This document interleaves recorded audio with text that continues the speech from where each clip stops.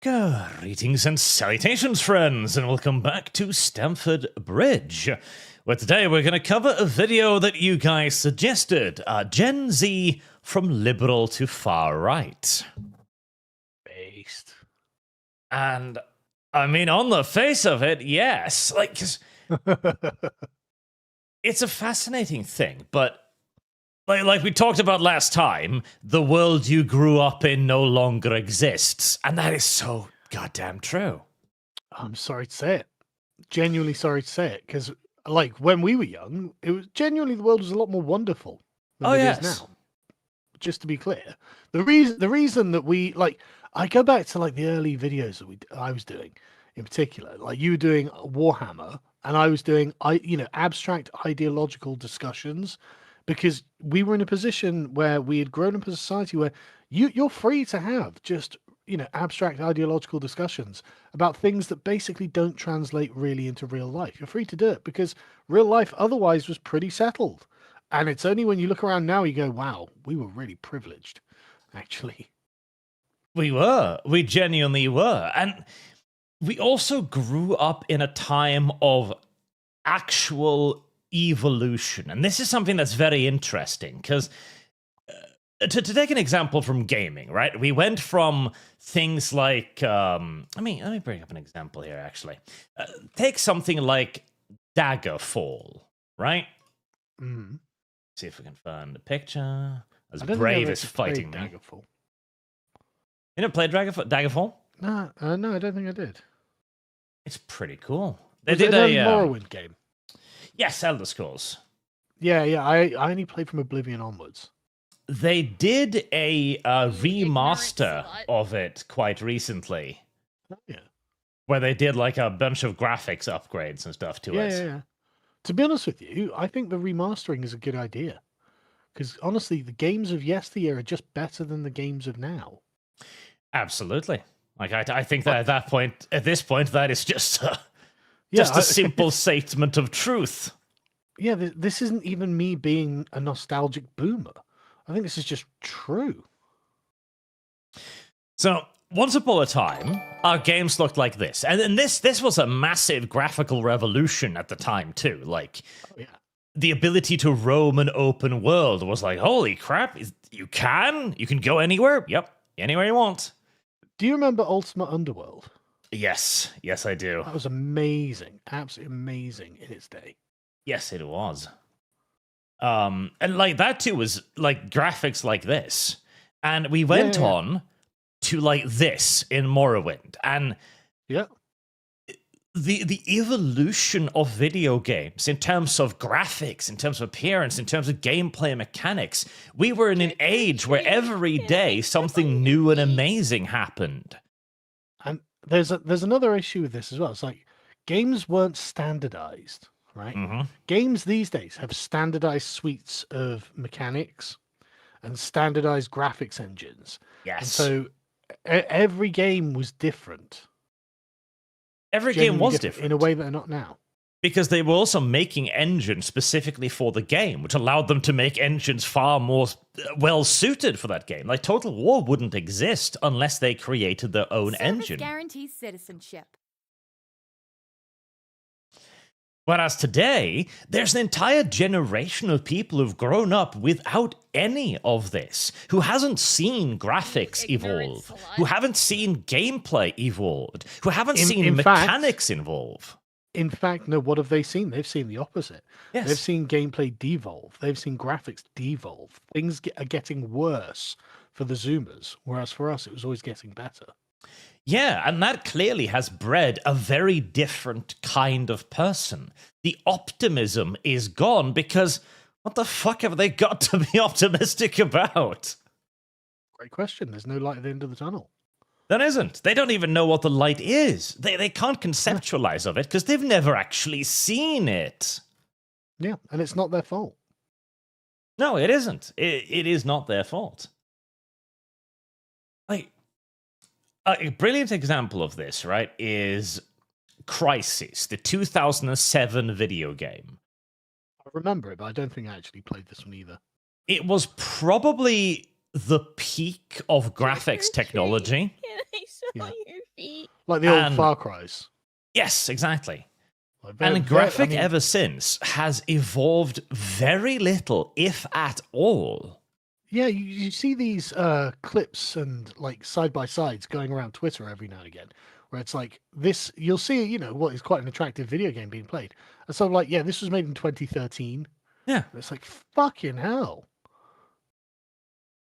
Like Gotham, Arkham Knights is like, I think 2013 or something. There we go. It's probably the prettiest video game. Like, no, not on Knights. The previous Service one. guarantees citizenship. I've forgotten the name of it now, but one of the Batman games is probably the prettiest game ever made. And I think it's about 10 years old now. And you can see the evolution all the way up to Knights, and there is virtually no development. It looks practically the same. Maybe there's a touch more fidelity here and there, but there's very little, if any, actual observable difference. Yeah, no particular innovation. And like they've been treading water, and the sort of diversity hires manning the gaming studios have been going backwards in a lot of ways. I mean, a lot of video games now just do not look as good as the ones we used to play 10, 15 years ago. And not just in graphics either, but just everything. Design, storytelling, all of it. And so, like, why wouldn't there be a Gen Z from liberal to far right? Like, it seems unavoidable. Like, why wouldn't there be? You have a party, which is basically, and the weird part is the Conservative Party now going like, come on, we got to go back. Yeah. I mean, it would be irrational not to be, right? Yeah. It would be irrational not to be some sort of reactionary here. Because you can see the very recent past that you just missed out on, and things are getting worse. You're like, okay, but we shouldn't be going backwards. Things should be getting better. Yes, there was a beautiful picture which I'm trying to find right now. Yes, here we go. This is the one. So this is our reality right now. You have medieval buildings made out of like brick and mortar, and you're building amongst the ruins of what is self-evidently a civilization far greater than your own. You look around and you see it everywhere. Ours is even newer. You don't even need to go back far, like 10, 20 years, and you will see signs of what was simply better than what you have. And like sometimes you'll scavenge some of those pieces to make something of your own, but it won't be as good. And it'll just be a reminder of the fact that we are in some ways a fallen civilization. Yes. And this has been radicalizing a lot of young people, because I've been seeing this yet again, where whenever they pick up on an old piece of entertainment, they go, what the hell? This is really good. Why does it look better than what we're making today?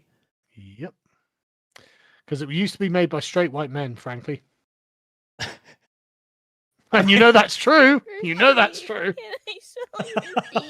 Am I wrong? Tell me I'm wrong. No, unfortunately. You know that if you go back to all those 2013, 2012, whatever games, and look at the developer team, it's going to be a bunch of straight, nerdy white men. That's all it's going to be. Maybe a few Asian men on there. But basically, that's what the team was going to have been. And they'll have just been basically autistic about it, and they produce fucking genius. Yep. So, I'm looking forward to seeing what the video has to say on this, because I am already in complete agreement. Because as you say, it would be irrational not to at this fucking point. Yeah. I mean, what would be the reason to not be? Trick or treat. Oh, and Brandon, for $50, thank you very much, sir. If you want nostalgia, the new Predator movie made me long for the days of concrete channels and AVP around this modern slop. Now, I just want to be clear. The old AVP video game was fucking incredible. The very first AVP video game, me and my mates played the hell out of that because of the asymmetrical nature of it. It was so good. So good. Yeah, where you can play Marines, aliens, or Predators. That was really cool. Yeah, and they're all totally different, and they have their advantages and disadvantages against one another. And so it was such a good game, so well thought out, and I was an incredible Alien player as well. Well, today they've remade not remade, but they made another Predator movie, which is all about, well, a romance for some reason. Yeah, what happens when a Predator is like a young soy boy? Yeah, and falls in love with a android. A robot, yeah. So is that the Predator movie we needed? You ignorant. I'm not sure that's the slut. Predator movie everyone was asking for. Listen, we've got a race of savage hunters who literally their entire culture is based on hunting the largest, most dangerous thing they can and then brutally killing it, to the point where they develop entire civilizations only to provide fodder for the monsters. But that's too Harrison's the cool. question. What we need is a movie that focuses on their sensitive side. We need to humanize these aliens. Did you see that it's got like the sort of Star Wars cutesy companion in it? Yes, of course it And it's does. like, what are you doing? It's a fucking Predator movie. Why have you got the cutesy companion? Literally, it's because of Grogu. Okay, Grogu, the dumbass little Yoda alien from Star Wars, it is the only thing Disney has actually managed to sell, and so now everybody's like, oh, well, that must be the future. Not realizing that here's the thing. It isn't that Grogu is particularly amazing, it's that he's the only non-offensive part of Star Wars. And he is only non-offensive by the virtue of being a literal fucking toddler. Is this Baby Yoda, is it? Yes. I mean, I don't even dislike the Baby Yoda thing. It's just a cliche now. Like everything, they turn everything to a fucking cliche. Well, exactly, that's the thing. Like, it's very difficult to dislike a toddler. He has no personality. He doesn't really do anything. He's just there to be cute. But that's Trust me, also it. Toddlers do things. Toddlers do a lot of things, and they shouldn't be doing most of the things that they do.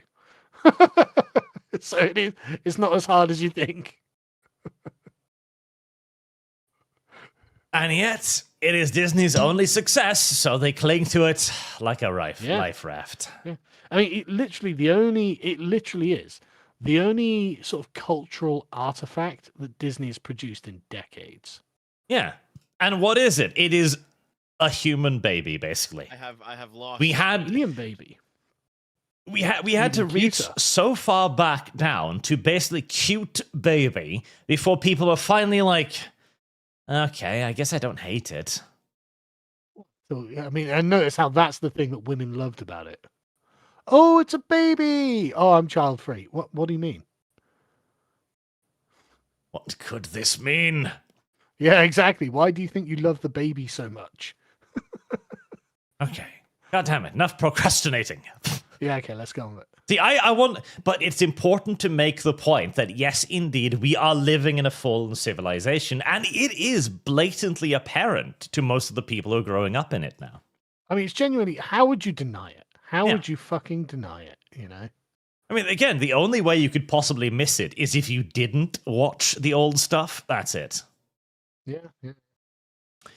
Gen Z has witnessed a political revolution across the span of our lives that is likely to define the trajectory of humanity. Where we go is still undetermined, but we know we're certainly going somewhere. Now, that is interesting, too, because one of the fascinating things about the modern day left wing is how quickly it came undone. Yeah. Like, because I've brought up this point previously, but it is difficult to overestimate the influence that the left had on the world. Everyone subscribed to its ideology. They had the power to tell you to look at a grown man and go, that's a woman. Fucking BLM, mate. Like, everywhere, all the time, for like 3 years. So what is this? Yeah. I don't give a shit about George Floyd. What is he? Oh, he's a fentanyl addict in America, has OD'd. Oh, boo fucking who? Yeah. And so the fact that it has managed to lose virtually all its political capital in a little over 10 years is unbelievable. Really, really quick. And I honestly put a lot of that down to like people like us, people like you guys in the chat, you know, banging the drum on social media, pointing out the problems with them. You know, like if it wasn't for us all doing what we do, this wouldn't have happened so quickly. Absolutely. Because it looks to be that our civilization is gearing up for battle. And it's going to be winner take all. In one corner, you have the globalists, billionaires, and leftists, all desperate to destroy the West and the genetic homogeneity of whites. With a fatal injection. I mean, yes. Unfortunately, I don't think there's going to be a big battle. I think... No. I think he means it metaphorically, I think. Yes.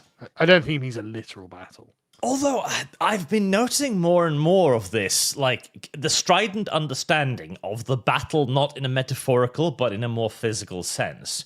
As if there's going to be some climactic fight at the gates of Minas Tirith. And it's not going to happen. We're going to gain dominance. The enemies are going to slink away into the dark corners whilst we faff about and make a fool out of ourselves over the next 10 years. And then we might return to a degree of equilibrium. And just to be clear, it's a real fucking shame. Because if it came to an actual battle, I'd put my money on the white man.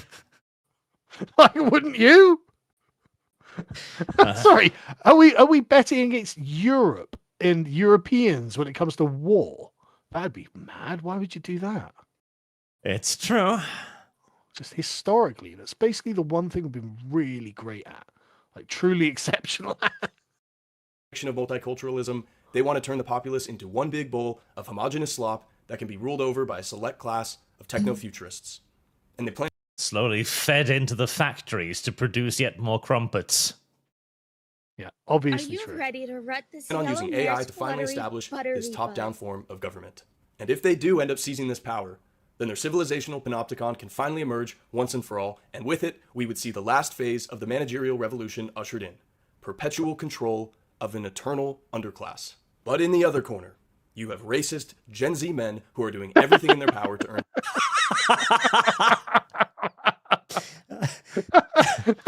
That's not wrong, but it's not just racist Gen Z men. It's racist of other generations too.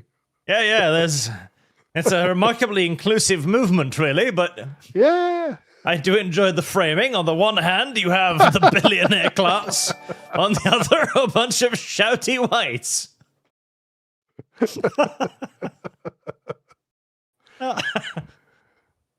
Earn back as much of their testosterone that was stolen from them. These rebels have all somehow successfully fought off the omnipresent liberal programming, and they're ready for the fight. They want their countries and cultures back. They may be the underdogs, but they have something that the opposition doesn't. Nothing to lose. But many liberal normies... That's a great point. That is a great point. Yes. Like, you've stripped these men not just of material wealth, but of the dignity of being men.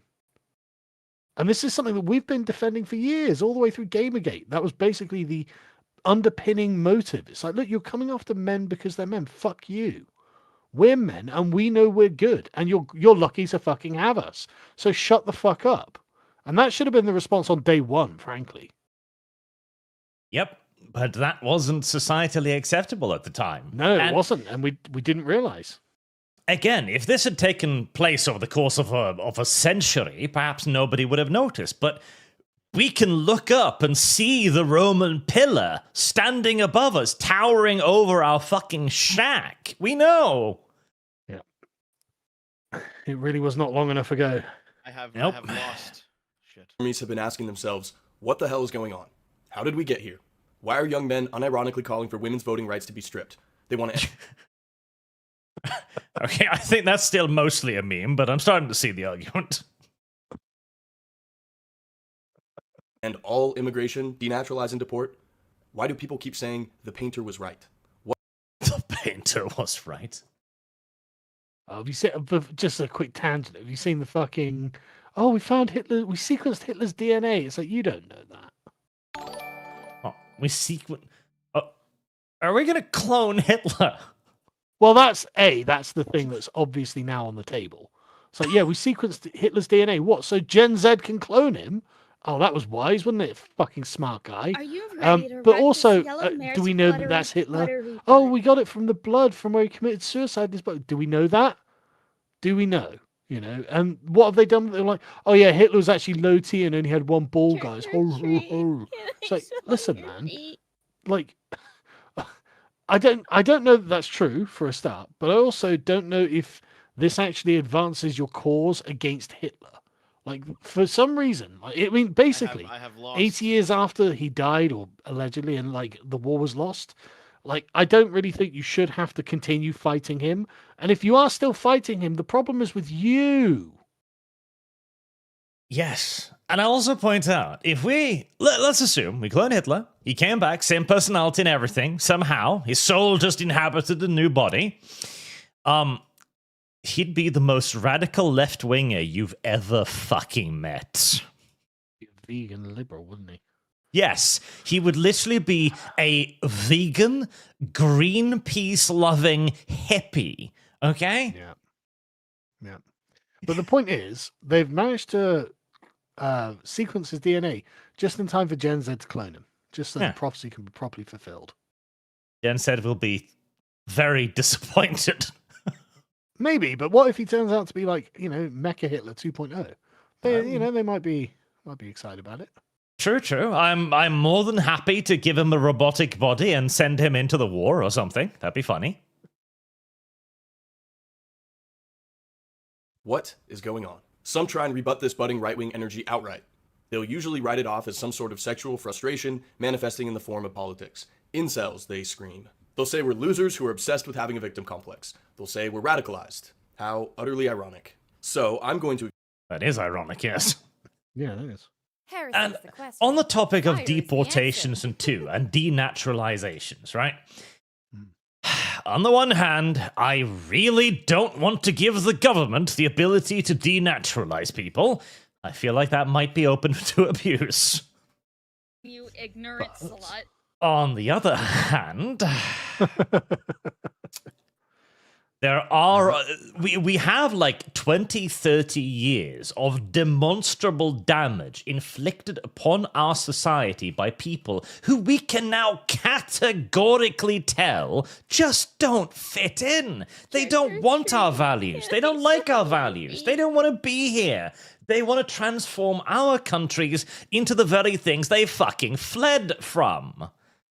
Yeah, to put it basically, they just don't belong here. Yes. To put it quite simply, yes. So why are they here? And it's the GDP, is it? Fuck off. Yeah. And we are now beginning to be like, okay, well, like, oh, we can integrate them. And yeah, we can, sometimes, at great expense of time, money, and effort. And lives. And lives. But even if we could, it's a vanishingly small percentage of the people we let in. Yeah. And we now know... Them. Yeah, but why do we want to? Well, yeah, because, again, the old argument, which I do stand by as well, is that we should help those in need. I'm more than happy to do so. But we can help them where they are. We have the technology to ship things. We've been feeding Africa for 20 years. We've figured it out. More. We've been doing it for 40 years. Like, Christ, I remember the Live Aid concerts in the 80s. Like, we've been doing this for forever. Trillions have been spent. What? To what fucking end? Yes. There are better solutions than what we're currently doing, especially as we now know as well that if we keep bringing them here, we're not going to have the money to send over there soon. Yeah, I mean, literally, it's getting to the point where basically the only realistic solution is going to be colonial government. I'm not even joking. Like, it'll be send us a proper administration so we can administer our country without corruption. That's what they're asking for. Yeah.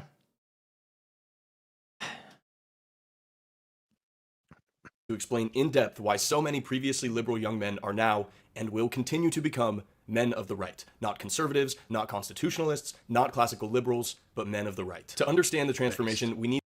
It'll be interesting to see the definition of the right, but also, like, from young men who used to be liberals. Now, there's an interesting thing, too.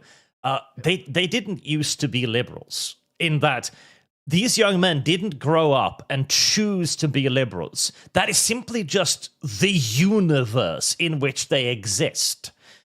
And for virtually all of them, it is a transformative experience to even realize that there are competing points of views. Yep.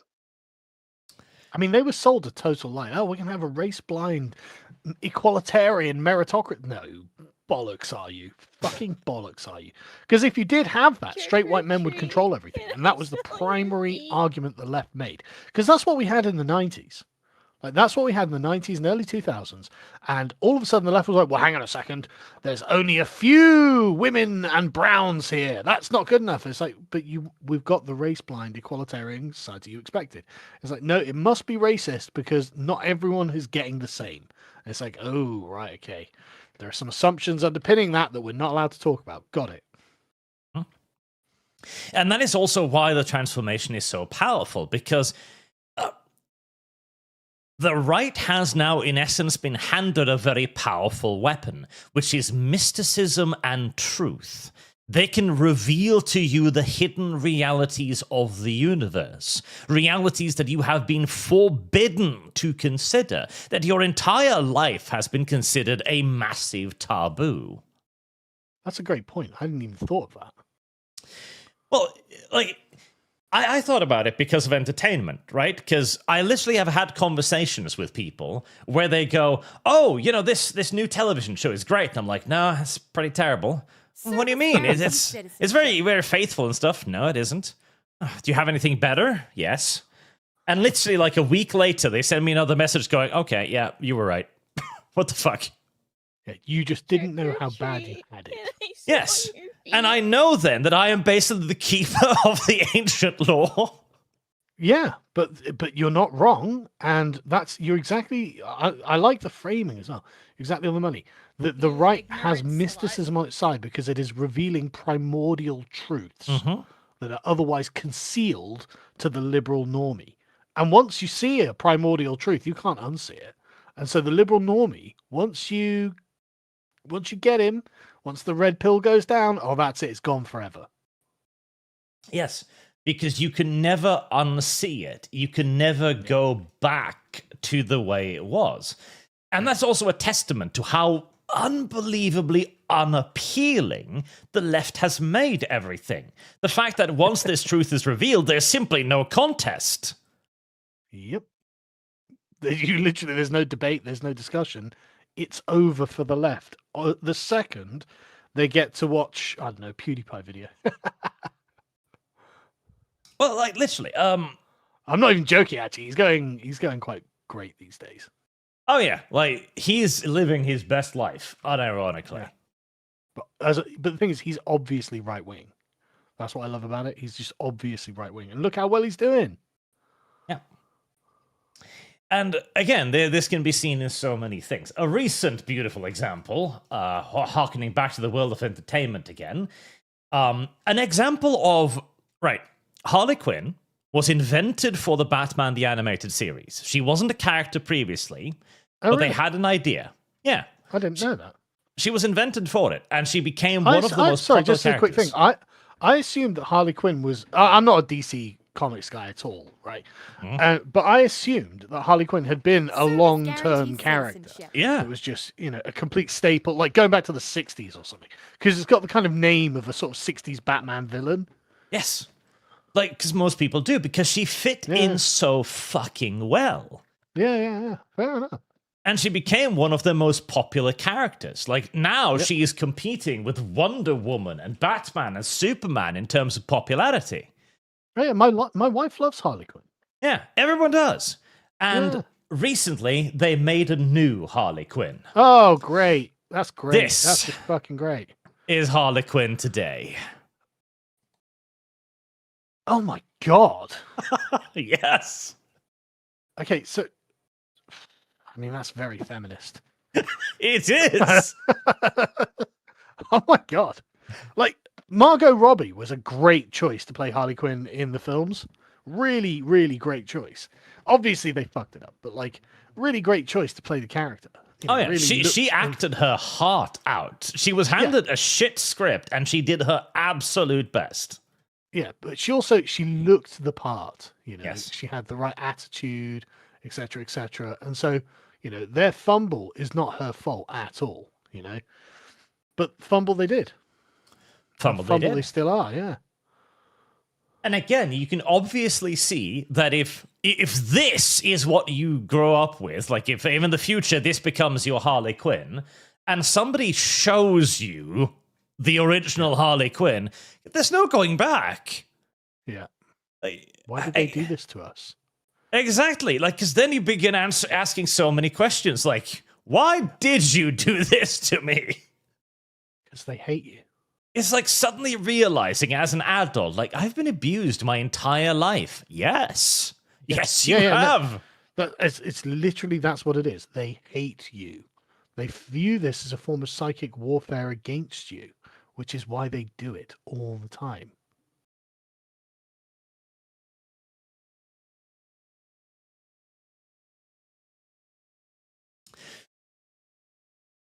Need to look at just how entrenched the liberal programming is in our culture. There There are not, and perhaps have never been, genuinely competing political points of view in the West. Conservatism and liberalism actually operate under the same fundamental beliefs. It's just a matter of pace which distinguishes the two ideologies, nothing more. And Michael... Completely correct. 100% true. And that, too, is an important observation, that ever since liberalism became the dominant force in the Western world, it has always ever been a question of pace. Yeah. Because we haven't even entertained the notion of doing something else. This is simply just reality. And you can see it in modern conservatism, how much they fucking love MLK. It's like, MLK was a racial communist, you fucking idiots. Michael Malice has a great line for this. Conservatives are progressives going the speed limit. This is obvious given how many modern conservatives would be considered far more liberal than almost any 90s Democrat. And that's because mainstream conservative views are all relative to the current cultural mood. Each side of the American political dichotomy differs in degree, but not in kind. True right-wing foundations, which are definite and immovable, are rarely asserted from the conservatives. If ever. Like, I can't ever recall it. It depends on what we mean by true right-wing views, but yeah, no, that's not very often. But he's correct. He is completely correct. Yep. If we did use right-wing principles, our stances wouldn't fall prey to whatever was merely popular at the time. This is because actual right-wing principles are founded on definitions, not context, and they would never be subject to change based on a popular vote. So why isn't that what we see on the American right? Well, the problem with that, of course, is democracy, which is, at the end of the day, a popularity contest. No. It's not just democracy. A lot of it's down to courage. The American, not just the American right either, obviously, but the right generally in the West has just not had the courage to weather the mean names that the left will call them. Yes. It's just literally what it boils down to. Oh, no, they're calling me names. I better just cuck. It's like, well, or what? Well, you know, the names. They keep calling me names. Like, so? Call them names back if you like. Baby murderers or whatever you want to call them. Just fucking don't cuck. Well, that is the only solution. Because, again, it has become so normalized, the left, that, a racist, holy shit, being called a racist in 2014 was a death sentence, societally. Yeah. It had that much weight. Like, I think a lot of people who are coming into the politics today don't understand, because they come into a time when, frankly, a lot of the groundwork has already been laid. But in 2014, if you were accused of being a racist on the internet, that was your life. That was your job. Your fucking family would disown you. Same with being a sexist. When I first started criticizing feminism, like, it was... I suppose I probably did have to do it anonymously. I did it anonymously just because I didn't know anything about the internet, really. I didn't know anything about YouTube or anything. But, like, being called a sexist or a misogynist was a huge social stigma.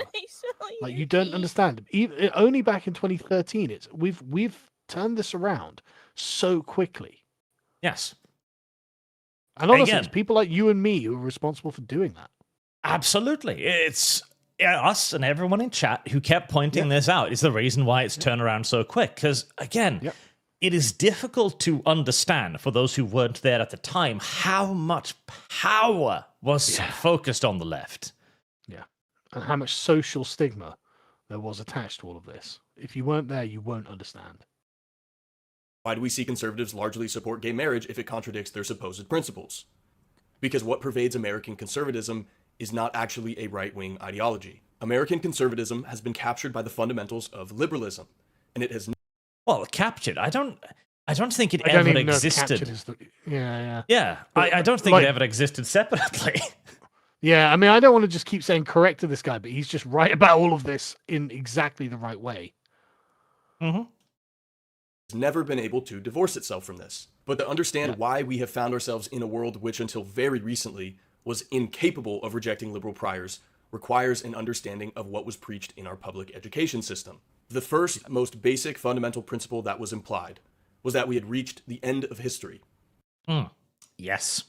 See, because that's the thing too. One of the greatest selling points of liberalism in the West was quite simply, look out the window. How fucking amazing is this?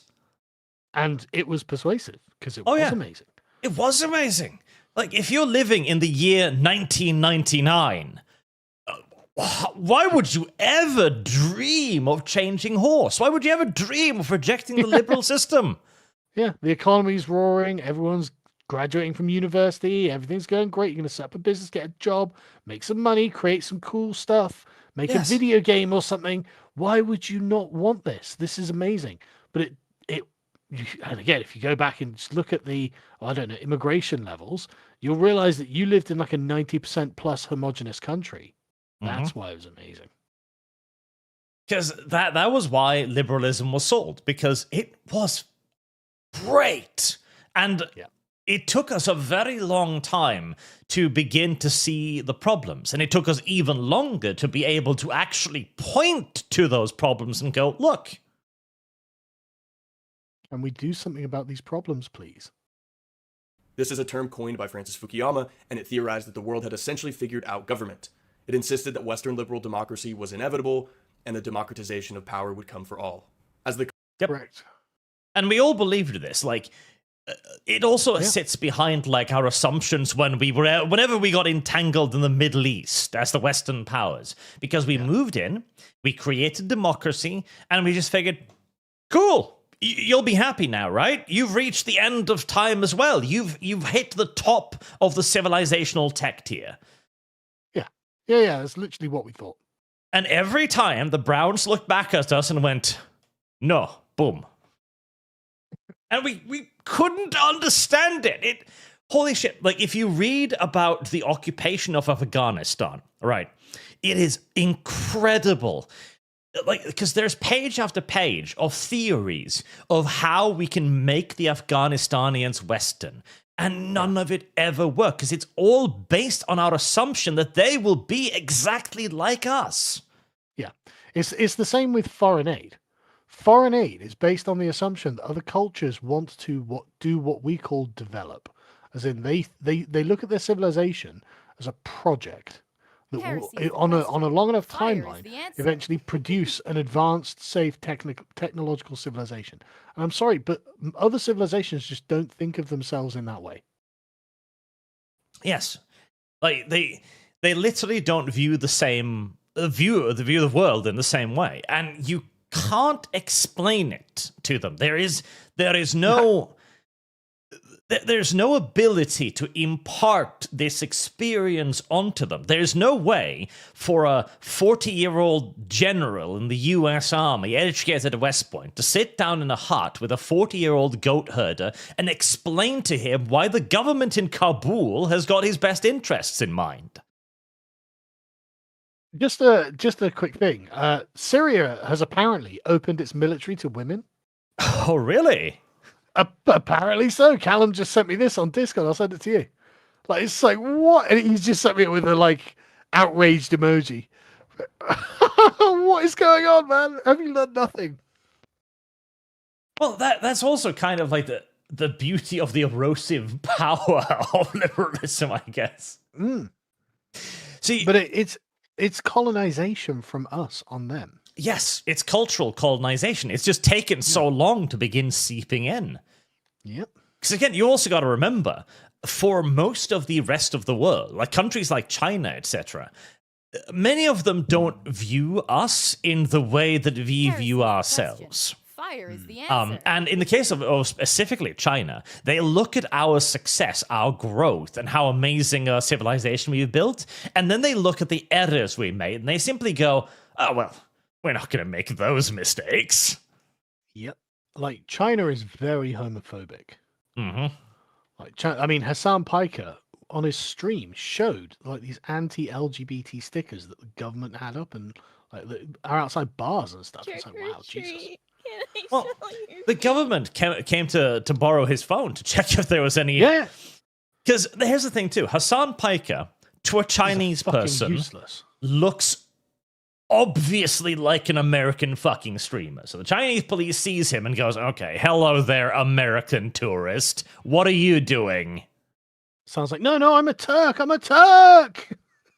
Yeah, no, Hassan's like, because when he was being interviewed with the police, you could tell that he's like, listen, guys, I'm on your side. And they're like, no.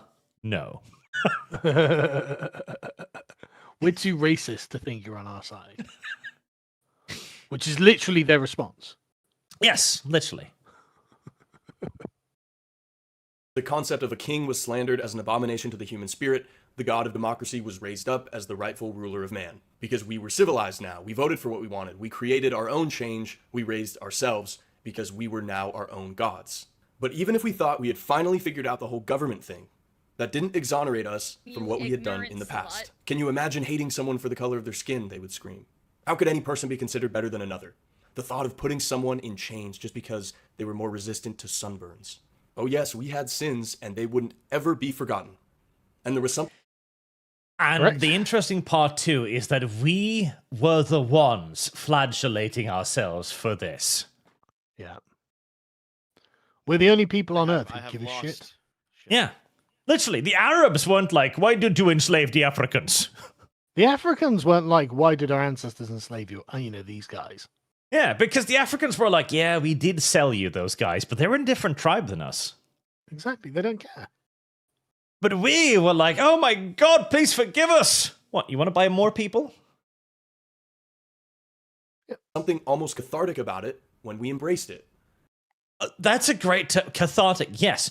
The self-flagellation of the liberal woman in particular has been fucking amazing to behold.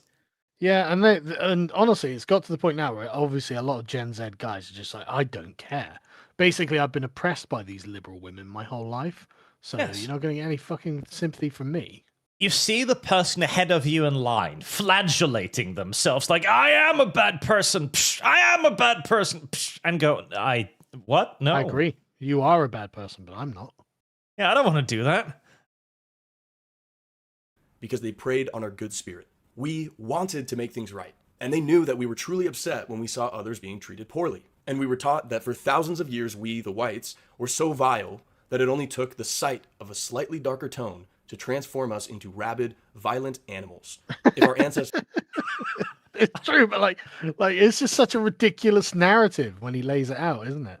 Well, again, but it was the truth. Like, if you take the slave trade, for example, it is never mentioned that others did it. It is never mentioned where they got the slaves from. It is simply assumed that the white man trekked into the malaria-infested jungle for months, clubbing blacks and dragging them to the coast. Yeah, and it's always assumed as well that it's always implied that basically the slaves freed themselves as well. Oh yes, you never get to hear about the white man's struggles to end slavery. You don't hear about that. So it's left kind of implicit. Well, they must have got their freedom then. No, that's absolutely not what happened. No. Or the simple fact that the white man was the only one who cared enough to actually free their slaves and then tyrannically enforce the decision of abdicating or getting rid of slavery on everybody else. Correct. The Chinese didn't free their fucking slaves. The Arabs still have slaves today. I mean, we blockaded all of Portugal's colony of Brazil to make them give up slavery. That's how much we were bothered by it. It's like, looking back at it, it doesn't seem like the worst fucking hassle now, does it? Ancestors saw a poor black man fetching water from the creek. It was time to knot up the noose and find the nearest tree. And we believed this with all our hearts, and we were disgusted by it.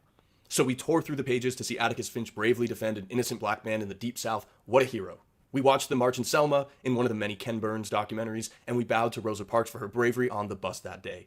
And it all became too much for us. The evidence was overwhelming. We were clearly an awful, evil group of people, and something had to be done to make it right. And our first step was to raise up and pay a group of liberal women millions to look at us disapprovingly and go, "You bad boy, you." Correction, billions. Billions. Thank you. So we confessed, yes, we were bad, so what can we do about it? But atonement wouldn't be as simple as we hoped. While the left continued to march and chant for a world built on fairness. Oh, God, I remember this too. The fucking... the cringe of a bunch of fucking high-class hoity-toity politicians putting on the African colours around their necks and kneeling for a dead fucking drug dealer. Holy shit. Didn't get any fucking sympathy from me, I tell you. There were caveats to this. Even though they constantly invoked America's new god, Martin Luther King, this proposed world where we were to be judged on the content of our character and merit did have to be revised slightly, because it turned out that even up to this very day, it still wasn't even possible to evaluate non-whites based on merit. Society was apparently so entrenched with racism that these people never had a chance within the system to begin with. Correct, because we started out with the assumption that, okay, we're all equal, so a meritocratic society is the obvious solution. Everyone's like, okay, cool, that sounds fantastic. Colorblindness, yay! And we all embraced it. But then somebody looked at the numbers of CEOs and thought, there's a lot of straight white men there. Yeah, these straight white men are doing pretty well out of meritocracy, aren't they? Yeah, they seem to be dominating it. And That's you know why right. that is, right? There's actually a really interesting secret to it. It's because no one ever gives a white man a break. That's true. No, that's 100% what it is. No one ever gives the white man the break. So what he's got to do is work really fucking hard. Yeah. Because there's also never an assumption that he'll be given shit. Like, men are not... there's a fascinating thing in Norway where there's a saying that a girl is raised like a princess. Every girl is raised to expect to be protected, to be cherished, to be cared for. That is natural. A boy is raised like, listen, it's going to be pretty shit being you. Yeah. You're going to have to work hard for 65 years to earn a pension. And in between that time, you're going to have to find a wife. You are going to have to buy her a house. You are going to have to take care of the children. You are going to have to get promoted. You are going to have to do better and better throughout your life. We expect more and more of you.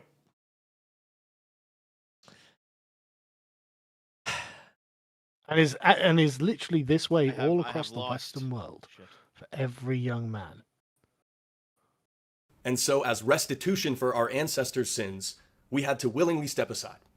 Everyone else now had a right to all the positions of status and authority in our civilization, independent of their merit or character, just because it was their turn now. But surely, now that we had cleared the way for these people to get a fair shot, all this rampant inequality that we see in performance, income, IQ, everything would vanish. And yet... Yeah. Yeah, we've it's a famous fact that Norway has tried so much to push equality. Countless times, so many programs, and it just doesn't work. No matter how much we advantage certain groups in certain fields, they're just not interested. No matter how, to take the reverse, no matter how much we try to bring in male nurses, men just don't want to be nurses. And literally nowhere on earth has done more than Norway on this. No, we have, oh my god, the amount of special we used to give, okay, so we had something called gender points when it comes to studying. So if you wanted to get into a school, they would look at your gender and give you bonus points to be accepted if a certain thing. So in nursing, for example, you were given like a 40% advantage over a woman. So you could have almost half as low grades as a woman and take her slot at nursing school because we just couldn't get men to be nurses. What we call meritocracy, folks. Yeah. Meanwhile, guess what? On the doctor side of things, very few women, very many men. Incredible. But it obviously didn't. And one of the most tragic parts about this was that American whites all wanted this to work. Oh, God, yes. Holy fuck, yes. Like a fucking religion. Like, literally like a religion. Like, it was genuinely their god. Their fucking god. We worshipped at the altar of equality. There was no doubt in my mind. We were all zealots to this. Oh, yeah. Yeah, and like 10 years ago when we were liberals, yeah, absolutely. That's exactly what we thought. And we were outraged at the left for being racially discriminate. Yes. For not believing in the colorblind meritocracy. I still remember articles coming out with the left wanting to segregate schools along racial lines. It'd be like, hold on. Yeah, that's not what we were sold. And the left's like, we know. We thought this world could be possible. It was the end of history, after all, where everything should work out. And so affirmative action took its next step into officially becoming DEI. And we sat there patiently, hopeful and proud as these people were given these opportunities instead of us. Many were brought to tears when they saw a black man take the office of the presidency, even. God, I wish you were exaggerating. Yeah. Have you ever heard of a YouTube channel called Flight from Syracuse? No, I have not. Right. It's another one of these sort of like news Zoomer right-wing channels where they're just laying out what is essentially. So what I think is really great for the Zoomers is they've basically had the last decade of growing up between like 15 to 25, right? Where they've watched us figuring this out. And now we've come to the conclusions of these narratives, right? So they can just, and it's the same sort of video that this guy's done. This guy does, where he's just laying out all of the sort of discoveries of the online right and the anti-SJWs and all that.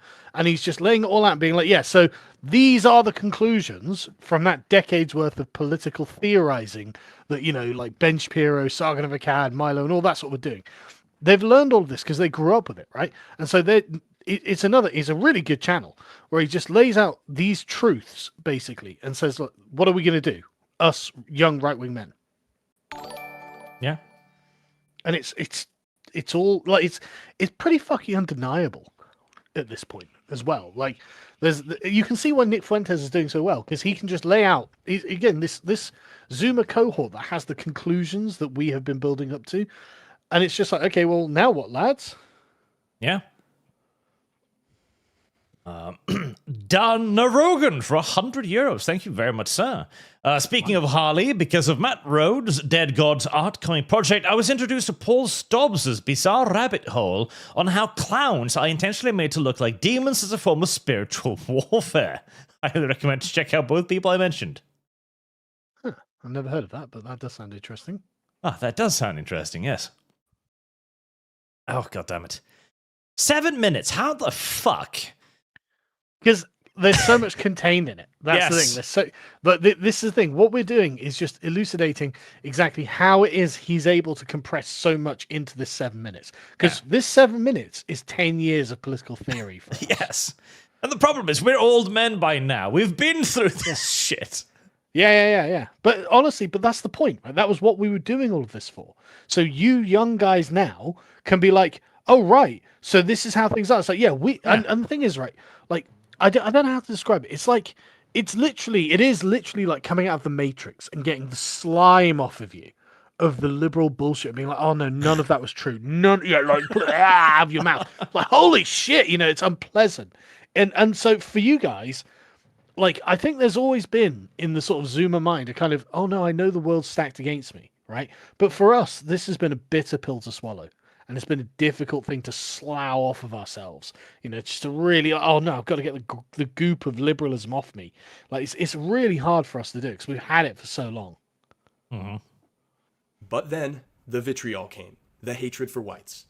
And it was obvious that this was no longer reconciliatory, it was vengeful. Equality. Correct. Oh, and that too, yeah, like, Yeah, that correct. too, the realization that no, they actually do hate you. Yeah. That too was a crazy one. Like, what do you mean you hate us? Have you seen the amount of shit we've done for you? Yeah. And it's just like, why do you hate us? Because you're white. Because Yeah. we're resentful and envious of you. And it's just like, man, like, what do you go from there? You know what I mean? Well, it's also the fact that, okay, you look down at the person and goes like, why do you hate me? And he just looks at you straight in the end and goes like, well, you taught me to. Yeah. You Yeah. told me you were slavers and racists and bigots and sexists. What do you mean, why do I hate you? You were colonists, world- imperialists. And you set up systems of oppression to keep me down. Yeah. You literally built a government on the back of keeping me in chains. Of course I hate you. Yeah. And then we have to be there like, okay, right, we did do that, but that was mostly bullshit. Well, there was a lot more to it than that, if that helps. Equality wasn't enough. The repayment for our willful concession was suffering and subjugation, and we had no choice but to accept. The event which so obviously showcased this hatred was the Black Lives Matter revolution in 2014, and was with the death of Michael Brown in Ferguson, Missouri, where we felt the true heat of their wrath. And things would only escalate from there. Calls for reparations became a common topic of conversation in schools. Clubs which openly excluded whites formed. Our opinions were mocked and disregarded merely on account of our race. Every single thing became a matter of racism. Nothing could be viewed outside this critical lens. And it continued to get worse, as extremely qualified whites began getting denied from great colleges and missing out on jobs they were perfect fits for. We quickly realized that we were, in fact, now officially beneath these people. And yet, we couldn't help but notice that despite all the charity, all the extra efforts being made, all the concessions, none of these people were making any progress whatsoever. These inequalities still weren't going away. And Yep. Yep. We had hit the end point and the problem still wasn't resolving itself. Yeah. You've literally, on the grounds of race and sex, held down white men, and inequality still persists. Yep. Right. I mean, catch up on a few of the Superchats on the top of the hour as well, and hopefully we'll make a bit better speed in the second half. Luke Stewart, good day, and thank you for watching this. I hope I haven't wasted your time. I found it interesting after watching it. Like I said, love to get your opinion. Oh, no, it's great. I'm loving it. Marine Alva, hey Arch, how's the Norwegian prison food? Well, it's better than most nations' actual food, honestly. Yeah, spectacular by Norwegian food standards. Yeah, no, it's actually pretty great. I literally have access to a kitchen, knives, everything. I can make whatever I want. You know, I'm... Revenos, a button with Hassan and one with Destiny written on them. Press one and nuke his career, but the other becomes twice as influential. Okay, I'll nuke Destiny. Because at the end of the day, Destiny is far cleverer than Hassan. I fear a Destiny significantly more than I do a Hassan. Yeah. I mean, on the plus side, at least Hassan's going to be locked up with the Chinese Communist Party Yeah. for being white. Trevor N. Check out Tainted Grail, Fall of Avalon. I have looked a little bit at it. It does look kind of interesting, so maybe. Are you ready to rut this yellow mare's fluttery? Based Future, Telegraph X posted that BBC doctored another clip. Oh, did they? I haven't seen that yet. Flame Tiger 9273. I'm a second-generation African immigrant Zoomer, and even I've been radicalized to be further on the right. I'm not even American native, and yet I became an American nationalist. Oh yeah. Oh yeah. I'm a nationalist for every right wing in their own country. In France, I'd be a French nationalist. In Greece, I'd be a Greek nationalist. Even in Turkey, I'd be a Turkish nationalist. Like, yeah, everyone deserves their own fucking country that is run by their own people for their own interests. And if there are minorities there, they just have to accept that they are basically they're going to have to take a back seat to what the dominant majority wants in that country. And if they don't like it, they can go back to the countries from whence they originally came. And the thing is, too, there is absolutely still a way for the nationalist element to triumph here. Like, I am still happily of the opinion that if you live in America, you've been raised in America, and you wish to put America first, I don't really care what color your skin is. It's irrelevant to me. And the thing is, like, I completely agree. Like, I don't want to be like, I don't want people to think this is some kind of residual liberalism either, right? Because I'm just thinking of this in a sort of relational manner, as in the person genuinely identifies with the other Americans around him. So he sees Americans as his countrymen.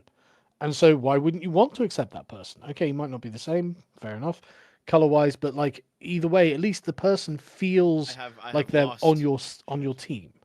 You know, whereas I mean, like you've got the Somali fucking constituency in America, or the Mexican, a lot of the Mexicans in fucking LA and California, man, they're not fucking Americans. No. They're not Americans. They brazenly and blatantly fly the Mexican flag and declare themselves to be there to take back a part of Mexico. They're not the same. They're not Americans. Yep. You know, I'm not saying that means that Nick Fuentes needs to be deported just because he has the surname Fuentes. But a lot of these people who are flying the Mexican flag, they got to go, man. Leowolf the Red. Nikki Haley's son is one of those Zoomers who'd be called far right after seeing his post about ending immigration and other things. I agree. Based. Alex Anderson. Game deving today is about finding the bare minimum requirements and seeing how much you can take away before people complain too loudly. Yes. Yeah. It's really disappointing. Like, and the thing is as well, right? It's because for these people, it's a fucking job. Yes. Right. But think about like when you were younger, and you'd have like, I mean, just think about like ID Software is a great example actually, right? Because you still got a load of the old guys from who made the original Doom in that studio. And so when you see them talking about even their new games, I mean, you don't have to say the new Doom game is your cup of tea and you thought it was very good. In it, like, it may have had a bunch of choices in it that you didn't approve of, like it's slower and it's clunker or whatever, but it's still a very, very attractive game. And the guys who are working on it are still talking about it in effervescent terms. They're thrilled to be telling you about their game, whereas a lot of these fucking new game development studios where they're just staffed with diversity hires and like careerists, they don't care. They don't give a shit. It's just a job. Yes. And nowhere is this better illustrated than in the death of the expansion pack to DLC. Oh yeah. We used to have like for Total War, for example, we got Total War Kingdoms, which included like 4 brand new campaigns, basically each one the size of the base game. It was huge. It contained endless hours of new gameplay, tons of new units, tons of new locales. And today, you get Lord packs that has like 2 or 3 new units for $20. Yeah.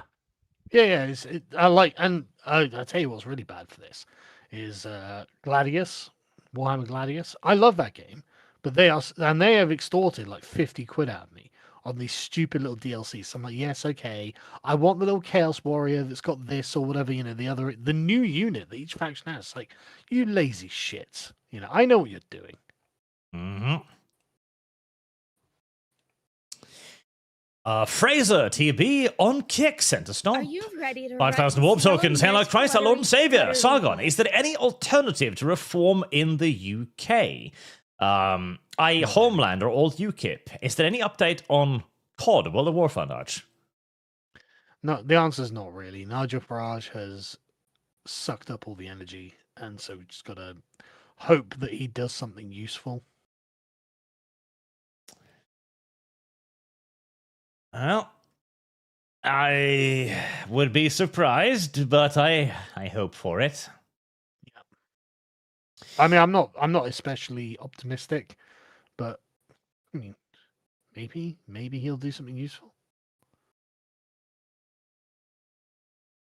And Call of Duty World at War. World at War is at $355 out of 800.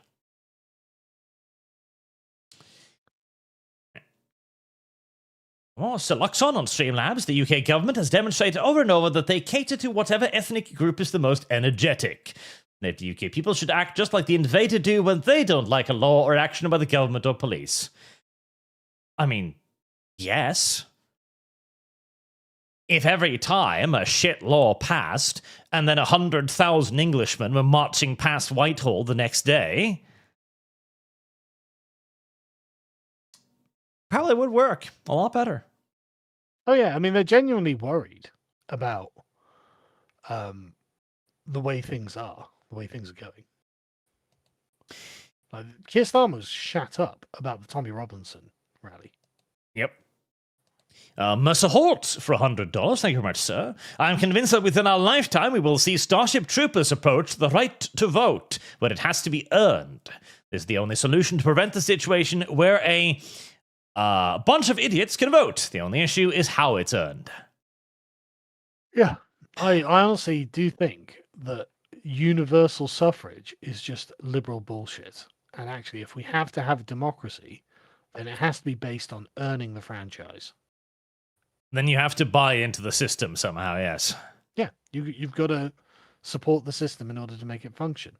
Like, and honestly, I'm up for like tax contributions as just a fairly easy metric. Have you got 5 years or 10 years net tax? If you do, you get to vote. If you don't, you don't. Lose your job, claim benefits, you lose the vote. Yeah. Wasn't that terrible? It's like the de-evolution from wolves to dogs. We went from sweaty basement nerds burning whale oil to make a game for the love of the game, to any grad student that can get access to an Unreal license. And that has been both a blessing and a curse, because it has allowed a lot of genuinely passionate people to make excellent games. But it has also meant that all of those grad students simply seek employment in the mainline companies. Yeah. Gusto Man, can you please put your Bannerlord breakdowns on Rumble? I can't enjoy 40k unless you're reading talking about it.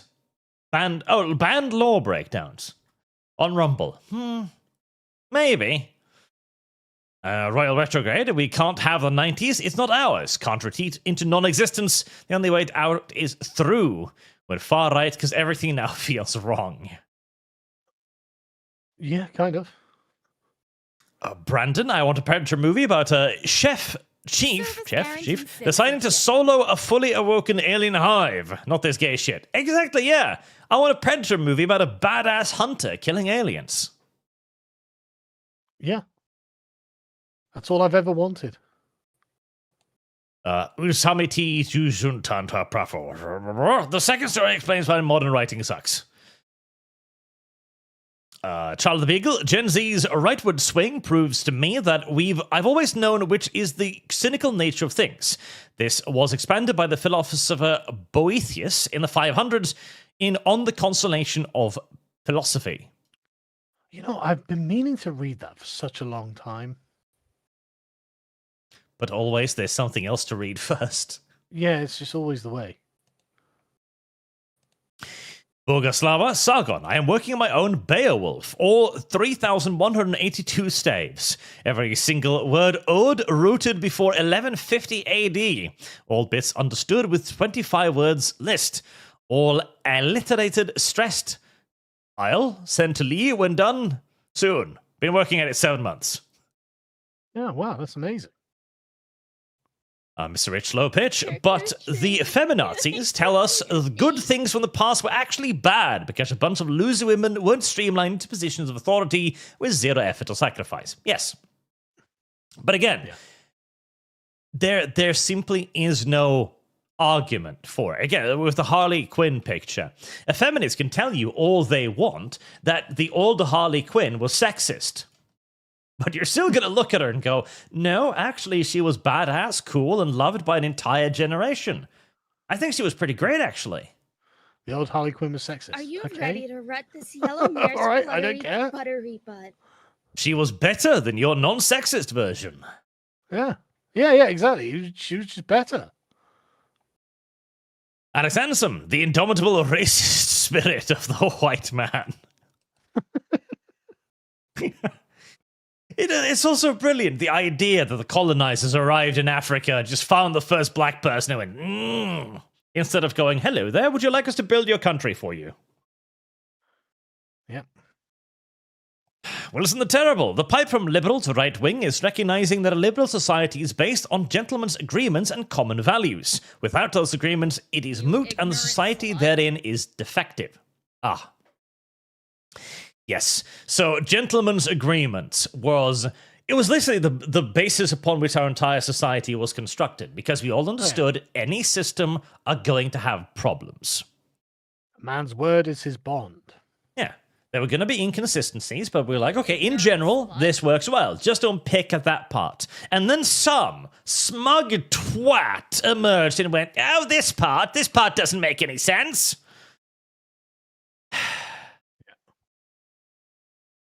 Halcyon Asher for another 50. Just a hypothetical question from a person whose country isn't flooded by immigrants and whose elites aren't pushing cultural Marxism. Is it really a good idea for leftists and righters to perpetually radicalize each other? Where do we draw the line? Well, that's the question, isn't it? Well, the point is, right, like this is kind of inevitability, because like in Britain, one of the primary cardinal sins that you commit is the sin of division. And they hate division because they might lose. It's literally the only reason. If you're divided, then there's a question to answer. There's a contest to be had. And if you say, well, you know, I don't want to have that conversation, then nothing changes. But if you are forced to have that conversation, then things do change. And he also adds, for another 20, when I say draw the line, I mean, where do you stop being radical and acting out of spite to the opposition and start moderating and acting based on policy inspired by shared values which make a nation? So, I too have been giving this a lot of thought, because we can't simply become the left. We can't simply become the ravenous, unforgiving hordes bent on destroying our opposition, because it's going to make us unpopular and it's going to make us lose in the long run. But we are currently in the iterative prisoner dilemma, where the other person has repeatedly victimized us, has repeatedly acted against our interest. And when every time we give them the benefit of the doubt, they pissed in our mouth. We have to retaliate because they won't change. Yeah. We basically, it comes down to we just have to win. And then we have to govern well. Yes. To do the right thing. That's what it just all comes down to. They have to lose, we have to win, because we are the moral people and they are not. It's literally that simple. Yeah. And that is going to entail a certain degree of oppression of the left, because they did it first. And it's that simple. It's not even like, oh, you can't justify that. I can. No, I can. Yeah, it's very justified. Thank you very much.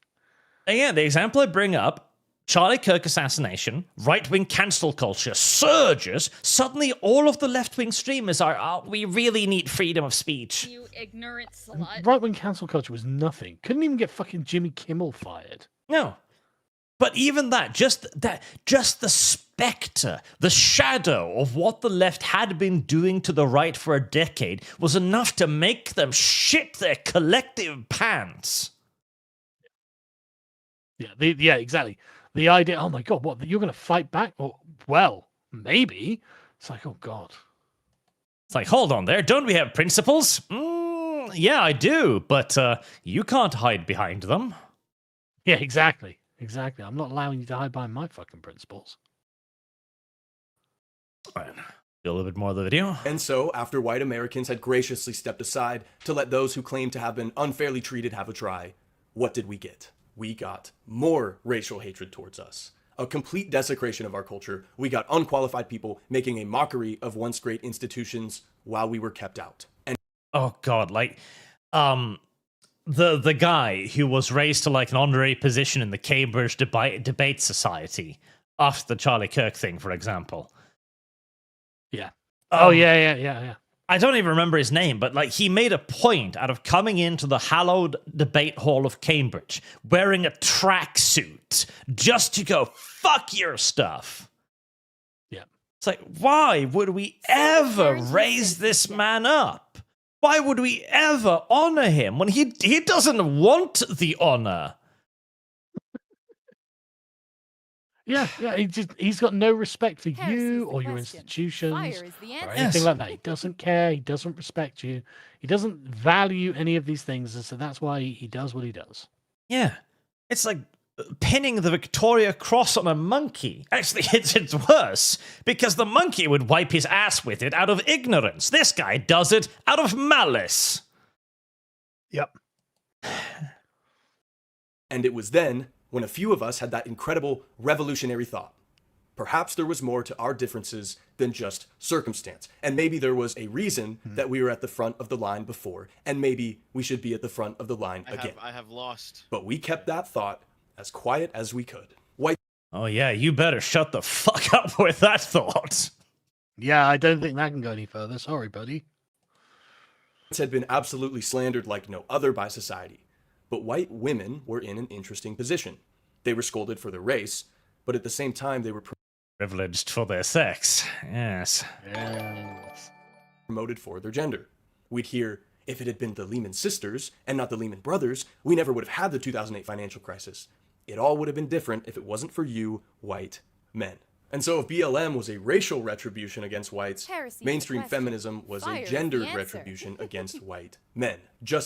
And that also came first. And the fascinating thing about feminism is that it initially had what we considered to be a point. Like, okay, we just want the same rights as you. And like, okay, well, fair enough, I suppose. Yeah. But then it evolved and evolved until we arrived at straight-up female supremacists, which the remarkable thing is, today, female supremacists like J.K. Rowling appear infinitely more reasonable than the progressives. Yeah, it's quite remarkable, isn't it? J.K. Rowling is is basically a right-wing hero at this point, but she's not in any way right-wing. No. Like, J.K. Rowling is a straight-up female supremacist. She genuinely believes that her gender should be awarded special privileges for being born a woman, economic privileges, societal privileges, and she believes in withholding all of those from men. But the left has gone so fucking far beyond that, that now we look at her and go like, wow, isn't that quaint? Yeah, I mean, genuinely seems not even in no way objectionable. Like, that's the thing. Well, at least you don't believe that men are women. No, not at all. That would get in my way of my politics. Yeah. Just like the racial movement, it had first been framed as reconciliatory. We just want women to have a fair shot. Why are all the brain surgeons men? What about the CEOs? Can't we have some proportional representation too? Our goodwill preyed upon again. We want. And again, too, like, the original argument wasn't for proportional representation. It was simply just, we want the same thing. But then it became that. Wanted that for them all. We wanted them to live good, fulfilling lives. Maybe they did need a shot. But just as with BLM, we quickly noticed the same pattern. These women didn't want equality. They didn't want autonomy. They simply hated men. And anything that could be done to destroy us, they would do gladly because they wanted revenge. But it was around this time when we were shown a very important lesson. And it was really this lesson which kickstarted the right-wing youth political revolution we still find ourselves in. And that very simple lesson was, you don't have an obligation to be nice to people who hate you. And with that revelation, It's so true. Yep. I mean, this is one of the reasons why people loved Trump, because he was just an unremitted asshole to people who didn't like him. And that was I know. rare. And he was so funny about it as well. Trump rose like a phoenix from the ashes of the incinerated America of years past. Here was a man about as American as could be, telling us that it was actually good to be from America, to be American, and that we can return to a once great nation, which was our nation after all. He also told us that we didn't have to put up with things being shitty just because some faceless blob said that that was how things were. And shockingly, none of us had really heard that before. But now... Yeah. Unironically, nobody had really heard that before. It's remarkable, isn't it? Pretty avant-garde position, frankly. Yeah. What do you mean we could prioritize our own nation? What about Uganda and Botswana? Remarkable, isn't it? Now, we had a contradiction to work out. The inherent truth of Trump's message pulled on us in a primal way. We knew it was true, and there was no denying the energy of it. So then why was everyone saying that this was the worst, most evil man to ever live? And it was everyone. Trump had 90+% negative news coverage. Like, yeah, genuinely remarkable. And not just the media either. The Republican Party, like the rhinos hated him more than anything. Yep. Like that photo of Mitt Romney and him having dinner, where Mitt Romney looks like he's about to piss himself. Trump's just smirking over his shoulder. It's just the funniest photo in the world. The mighty New York Times said it. This was Hitler. And we were all confused. Because for our whole lives, the media had been portrayed to be an objective purveyor of truth. Oh, God. And I tell you what, that's the myth that has to die. Media is intentional. At the very least, it's just for itself and the institution that it is. So, you know, it's we've got to destroy this this unbiased media myth.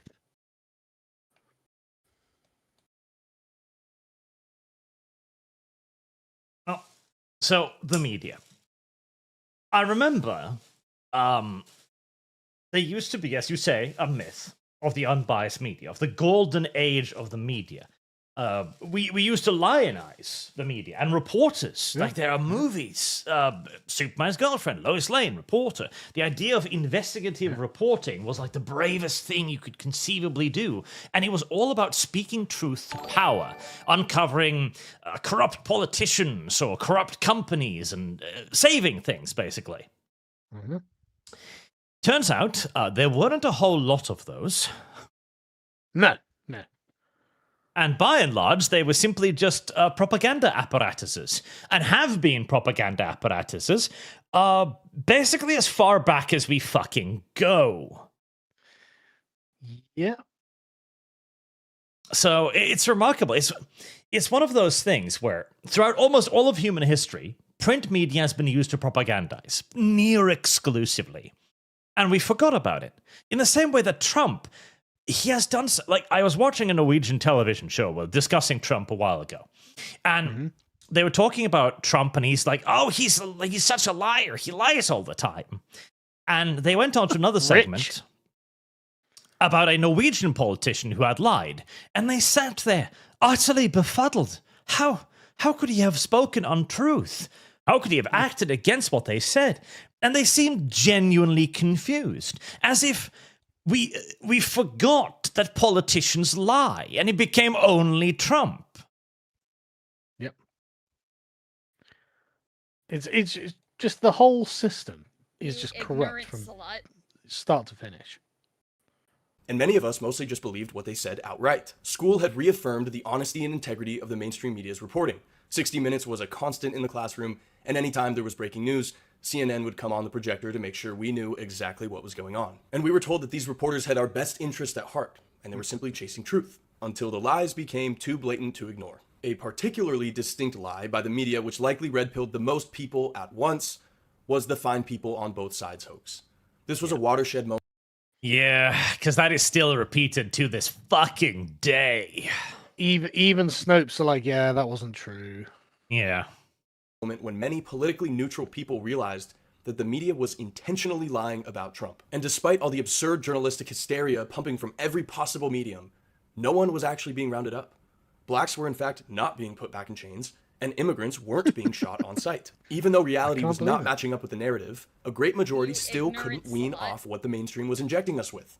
But a few of us did. And for those who started to finally wake up, it was obvious that the first Trump campaign had planted some seeds in the minds of young men who were, at the time, more or less checked out of politics. It let us at least begin. Well, most of us were. Like, that was the thing. Yeah. 10 plus years ago, we didn't want to think about politics. God, politics were boring shit for stuffy old men and who would decide on irrelevancies. They'd argue over building permits and useless shit. Yeah. There was literally no reason to worry about politics. Yeah.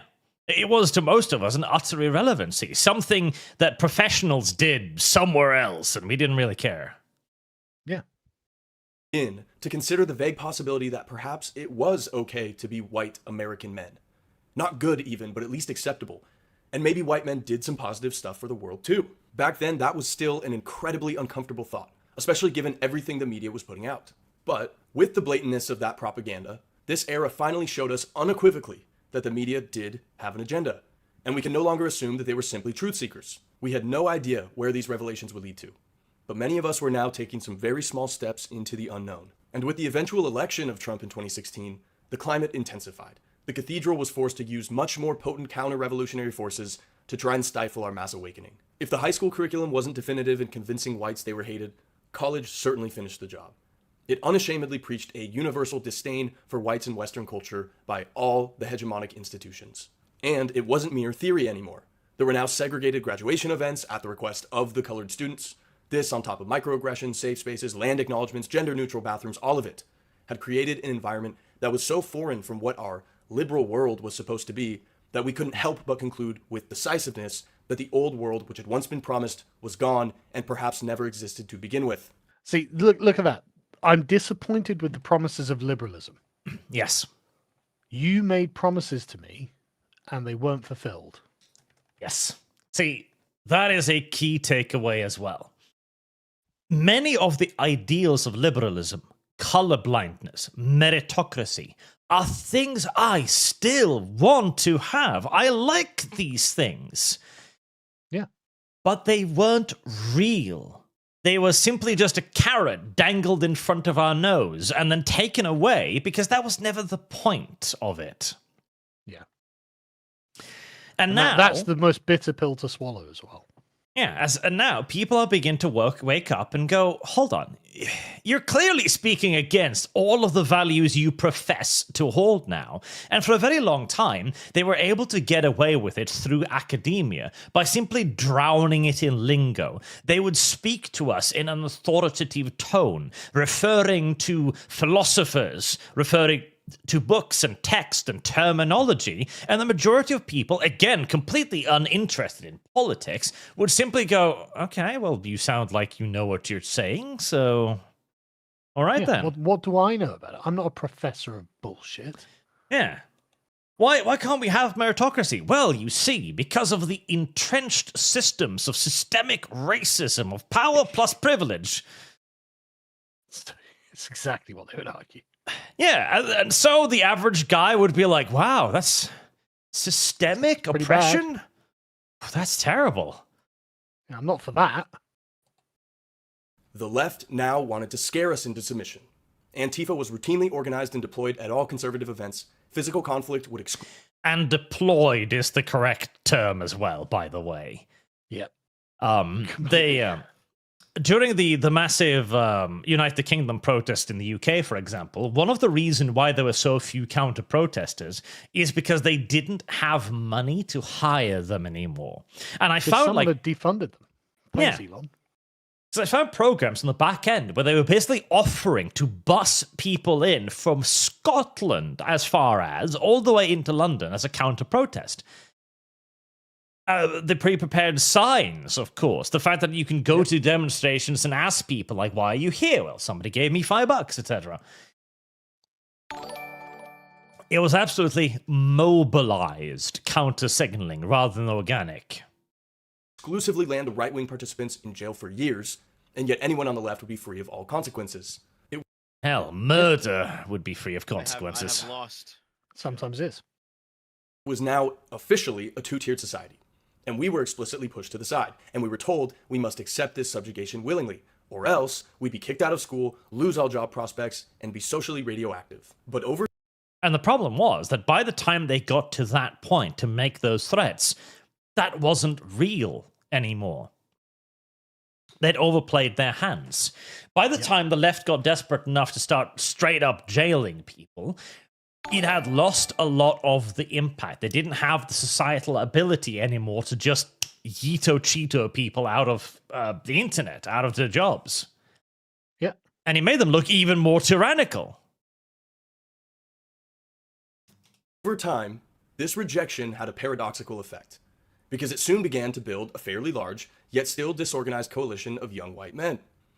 Because they could see it was dishonorable, dishonest, evil. Mm-hmm. Like, you can cancel one guy and people will shrug and say, oh, he probably did something. By the time you've hit the 50th, people are going to start wondering, are there really that many racists around? And this has been a common canard. Well, the demand for racists outstrips the supply. Mm-hmm. And now finally, that way in the future, the demand is beginning to catch up. It is one of the beautiful things that seems like the thing that scares the left the most is that the constant demand for Nazis and racists could never meet some of the needs the demand. Now that we're finally getting there. Yep. These boys had been mocked, ridiculed, and denied their entire adult life. And they all sat there in silence, totally confused about what had happened to them through no fault of their own. These young white boys were all promised equality of opportunity. They were promised to be judged based on their merit. And they promised to do the same thing in return. And yet, here the opposite was being done to them. They were being shunned only because of their race. Denied from the things they had worked so hard for and made all the sacrifices to get. It made no sense anymore. But these boys were still a long ways away from the far right. They'd certainly call their friends slurs, but they'd also insist proudly that they would never judge anyone because of their race. They might make some gay jokes every now and then, but they likely believed something along the lines of love was love. And they'd even wonder, why would anyone want to hold back two honest people that wanted to get married just like everyone else? Yeah, and then they started talking about fucking kids, and we started wondering. Do you remember that one where the two gay guys are pimping out their children? It was in Portland. It was just like, oh, fucking hell, man. Like, that is just a life of hell for those fucking kids. And honestly, I would have just castrated those two guys. Seriously, that would have been the punishment. Like medieval times, the proper just punishment would have been castration for those two men. Yep. And there's been too many things. Like, the entire idea was like, oh, the gays are just like us. They just want to, marry and create wholesome families. And then monkeypox comes along and goes like, I went to a piss gangbang orgy and got monkey. Hold on, you went to what? And then a kid and a dog got monkeypox. Like, yeah. How did that happen? The two gay men living together. Yeah, our dog got monkeypox too. How did the dog get monkeypox? Yeah. And we started to realize that actually a lot of them were fucking degenerates. And this type of logic caused a lot of young men to consider themselves to be something like a libertarian, whether they defined it that way or not. They drew upon this liberal society, which was built on consent-based morality and blank slateism, and so by extension, they believed that everyone should get a fair shot, regardless of immutable characteristics or preferences. You'd soon hear a lot of them say that they believed in the vision of the founders. They'd announced their commitment to judging individuals as individuals. They accepted nearly all lifestyle choices, so long as there weren't immediate negative effects on others. And with this framing, they would come to ultimately fetishize a false definition of liberty. Many would defend legalizing all drugs, gambling, or prostitution, and all those vices which are so frequently disguised as freedoms. But then the culture took its mile from the inch we gave. It became extremely obvious, even for non-observers, that we had been deceived once those parades started to pick yellow up. mare's fluttery buttery. Oh, God. Yeah. I mean, thank you, LGBTQ, for not policing your own. That has genuinely been an incredible boon to the anti-LGBTQ movement. Oh yeah, the right wing couldn't be more thrilled. Like, it would have been so easy. If you could have just behaved yourself, this wouldn't be a problem. If every Pride March was men and women in suits, yeah, then no one would have anything to complain about. And that was what it was originally. Like, you can see the all Pride March of just normal people walking around like, listen, I just want the same rights as everybody else. Like, okay. Reasonable request. Yeah. And now, fucking puppy play. The fact that I now know that a term called puppy play exists, I lay the blame entirely at their feet. Unironically, it's entirely their fault, and they this backlash is what they deserve. Degeneracy was now blatantly promoted and celebrated. This was not exactly what was originally sold as gay rights, the right to pee on other men in public. Yeah, I mean, yeah. That was the thing. Hey, we just want to get married in the sight of God as well. Oh, okay. Well, that's great. By the way, I'd like to urinate on my man now, if you don't mind.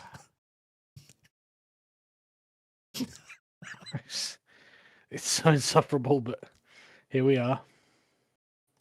What The thing is, obviously, not all gay people are like this. Yeah. But this shouldn't be the representatives of gay people. No, the thing is, too, there's a lot of gay people who look at this shit and just fucking cringe. Oh, they hate. Yeah, they hate. Because they understand that this does not look good on the news. A gay person looks at this fucking puppy play shit and just thinks to himself, man, my rights are gonna disappear because these fucking degenerates can't keep it in the fucking bedroom. That's literally what it is, yeah. And I understand, I really do, but you gotta police your own. You gotta be out there in the street with a fucking whip just running after them. Stop, you filth!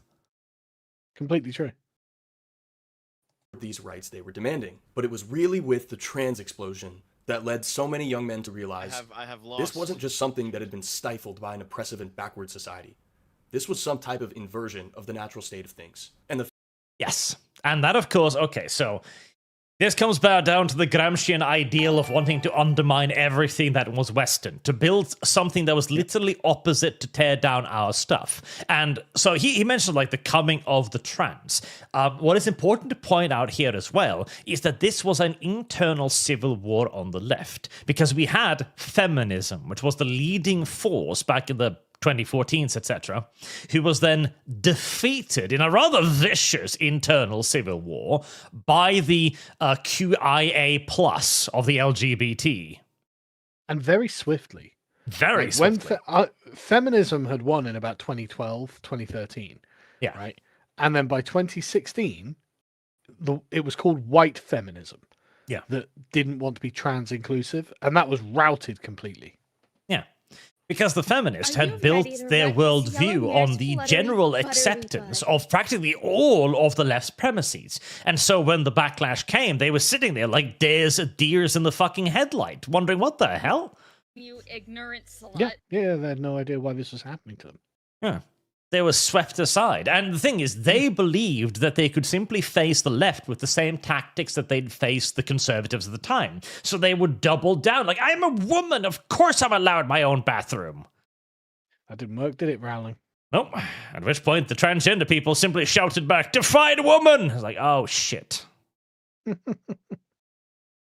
fascination that this group had with children and the insistence that they got unfettered access to women's bathrooms only expedited that realization. And as it became clear that the public sentiment was shifting, many gays desperately tried to divorce themselves from the trans portion of their movement.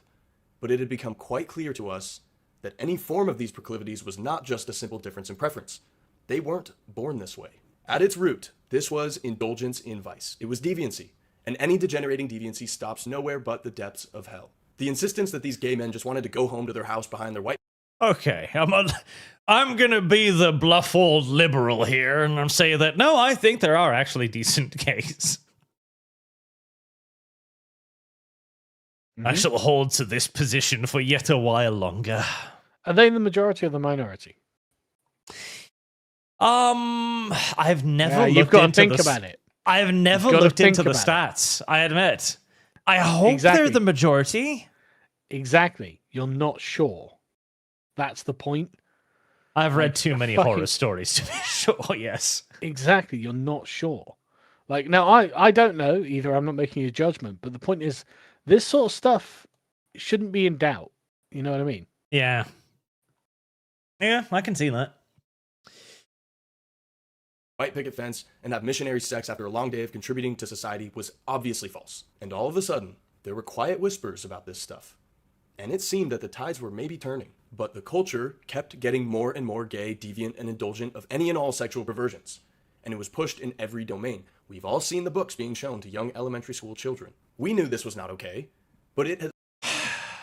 And the fact that upon seeing this, we couldn't immediately tell that this was not good. I mean, all right. All snuck up on us. By the late 2010s, gayness, androgyny, and sexual fluidity was now a staple of nearly every prominent movie character, television ad, and pop star. And the girl boss was now the hero of our world.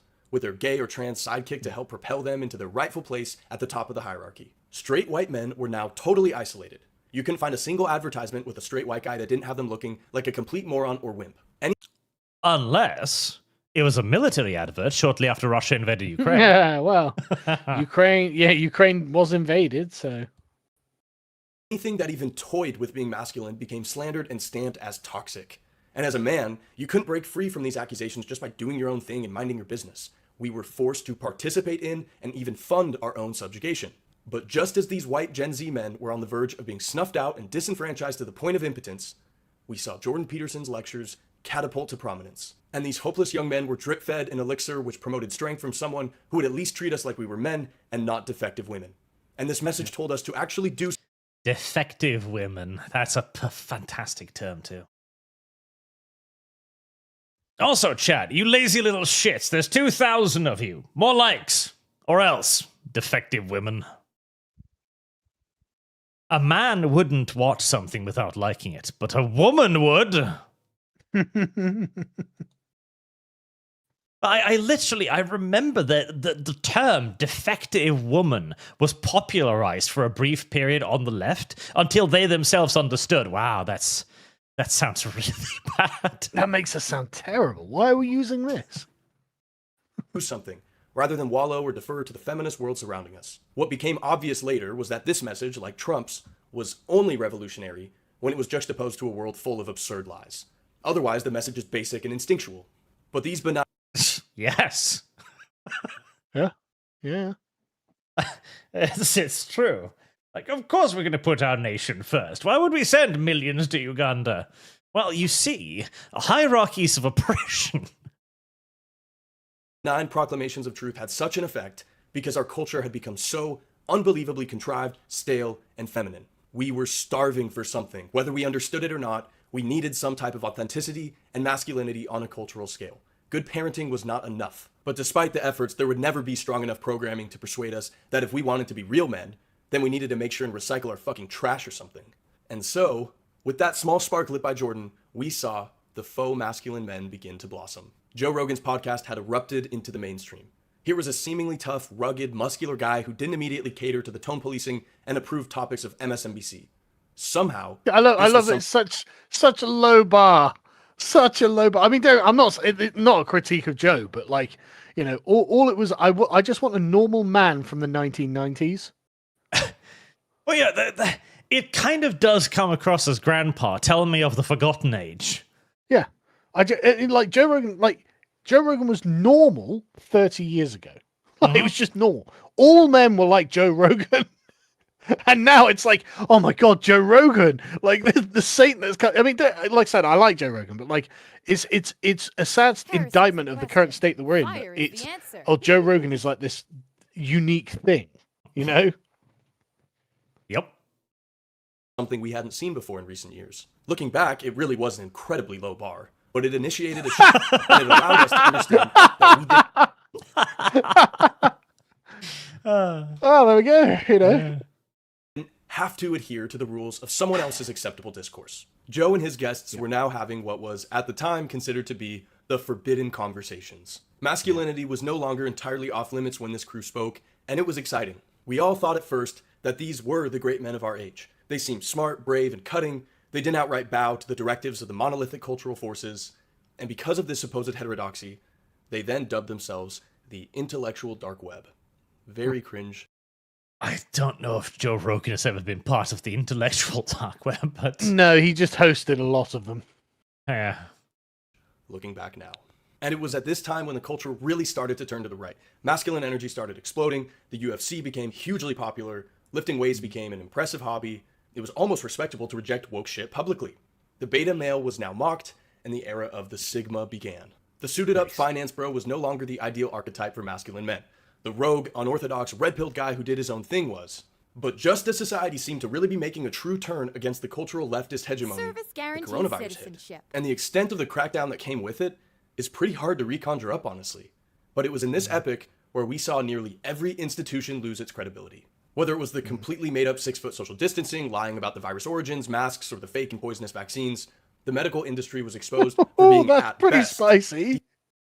Yep. I'm pretty sure YouTube still has rules about that. To be honest, like it's just like this Flight from Syracuse channel. It's like, look, dude, I don't think you're long for YouTube. You know, you're like, because the internet, what it's done is it's created a suite of alternate positions on every subject, and only some of those cross over with the mainstream. But when you basically believe all of those, you'll say things like, "Yeah, the vaccine's poison," as if it's the same as saying feminism is bullshit. And it's like, okay, but YouTube doesn't think that, bro. YouTube does not think that. Deviously maximizing profit through any means necessary, and at worst, a tool to manufacture governmental justification to use power with no civilian consent required. And a key thing about the corona, too, was that it wasn't political. It was a demonstration of governmental overreach that brought a lot of people that previously hadn't given a shit into the realms of politics and went like, hold on, our country can shut down? That's a thing?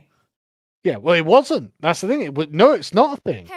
It never happened before. Fire Of course, is we the don't just answer. shut the country down. Mm-hmm. Why would we do that? That'd be nonsense. How has the government got the authority to do that, and yet we all went along with it? Yep. And the censorship to enforce these baseless mandates finally opened most people's eyes to the very real political measures being taken by the tech companies as well as the media. God, I wish it was most people. Even to this day, a lot of people still believe that the masks were intended to stop you getting sick, for example. Yep. People wore the masks as a safety blanket, and it's like that's not going to save you. No, it was a charm. It was believed to protect you. Like, no, they're to prevent you from spittling on others and other things. They do nothing to protect you.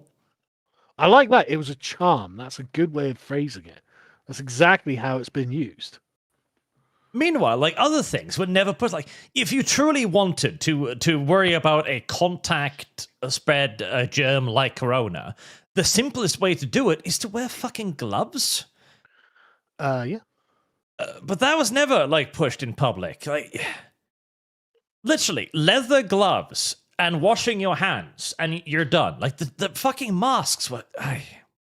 Yeah, I mean, it's not like like this kind of disease was new. It's a flu, basically. We've got plenty of experience with these kinds of diseases. But moving on, before I get that little tab under the video saying YouTube has abided by the World Health Organization. Yeah.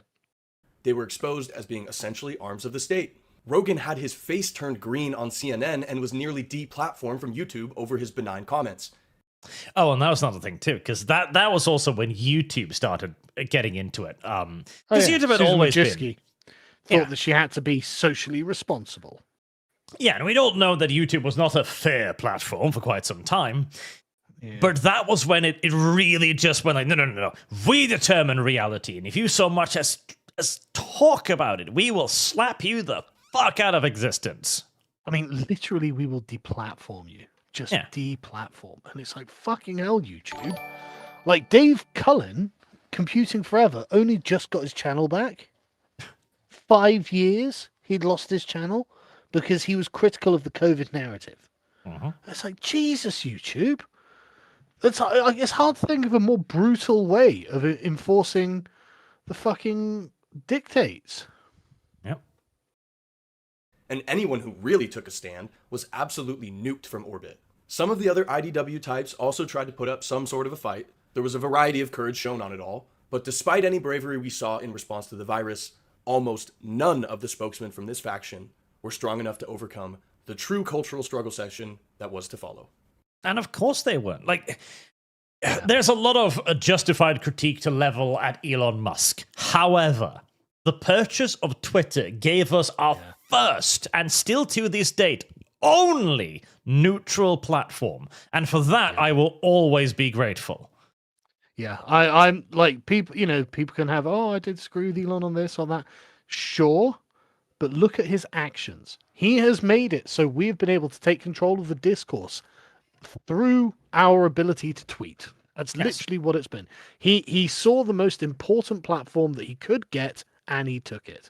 Thank fucking God. Yeah. And it has had effects on the other platforms as well. They began to become more free. They're still far from perfect. YouTube still has a strident double standard, but compared to how it was... This is why Dave Cullen got his channel back. Yep. Because not long after we were hit by that virus and locked in our homes, we saw the arrival, sacrifice, and subsequent resurrection of the Church of Anti-Racism's Messiah, George Floyd. The active lockdown measures were thrown out the window as leftists took to the street to destroy. Yeah, that was also probably one of the largest blows to the lockdown measures, as suddenly the virus didn't spread anymore. Yeah, suddenly it just didn't matter. It was weird. Suddenly, because never gather more than 5 people or we're all going to die. 5,000 people are protesting the death of George Floyd. Yeah, fuck off. I hate it, man. It's such transparent bullshit. Destroy the United States. And they did it all with no repercussions. A group of entire city blocks in Seattle were taken over and proclaimed to be in an autonomous zone. Council members $1 billion worth of damage was done. Yeah. People died. Yeah. Broke into city halls to lead riots. The Summer of Love commenced as the NIH announced that racism was a public health crisis, thus justifying these violent mobs in the midst of a deadly pandemic. And literally. Holy fuck. How embarrassing. Yet, when the Canadian truck drivers peacefully protested in Canada against the vaccine mandates, they were debanked and thrown in jail. And then what happened, Dev? Did Trudeau receive his just punishment, Dev? This is my personal pet peeve with Dev, because I remember in our shared Discord channel, going listen, Trudeau will never face consequences. And Dev was like, we'll see. I'm like, you are going to record a voice line for me when it doesn't happen. And he still hasn't given me the voice line. Obviously, nothing was going to happen to Trudeau. Yeah, obviously. It was decried as racist to call for an illegal to show their ID to vote, but you now needed a vaccine card just to go to the gym. The blatant double standards were too much for the newly libertarian-minded Gen Z men. It wasn't enough to be apathetic to power anymore and to simply call for neutral institutions. We knew we were required to seize and hold positions of authority if we wanted to fix this. There was no option that would allow us to be left alone. We realized that these people wanted to control us whether we participated or not. Gen X and millennials may have been beaten into submission by the great societal forces, and they may have been injected with an allergy to power. But through the excruciating torture we had to endure at the hands of these freaks in our youth, the Gen Z men became immune to that type of propaganda. The type of propaganda that says we should let others have the power, that we should suffer in silence while we let the ones who know better make the decisions. Because our history had proven that we weren't capable. And we realized definitively, with the transgressions against us throughout the coronavirus response, that we had to fight fire with fire. We finally understood that the world is not, in fact, made up of people who just want to get along and coexist. And the Gen Z men came to understand that we have to revise our positions. We have to rethink everything. But if the coronavirus saga didn't properly show everyone what people were willing to do for power, the 2020 election certainly did. It was a stunningly shameless power grab by the left. Oh, boy, now we're really getting in dangerous YouTube territory. Actually, YouTube rolled back the rule that said you weren't allowed to criticize the 2020 election. I think it was either earlier this year or last year. So actually, he is allowed on this one. Which almost nobody on the right was actually prepared for. We thought, foolishly, that there may still be some unspoken rules each side abided by. But that was false. As we watched the cathedral prop up a literal corpse, implement clearly fraudulent voting measures, and win an election that made no sense to anyone watching. And this battle for control all culminated with the sitting president of the United States being banned on social media. And the federally instigated riot, which spurred the banning, ended with grandmas being thrown into solitary confinement as their constitutional rights were stripped. Another example of that precious piece of paper's power. And this was not even 6 months after every major US city was destroyed by rioters over the overdose death of a black criminal. While Donald Trump...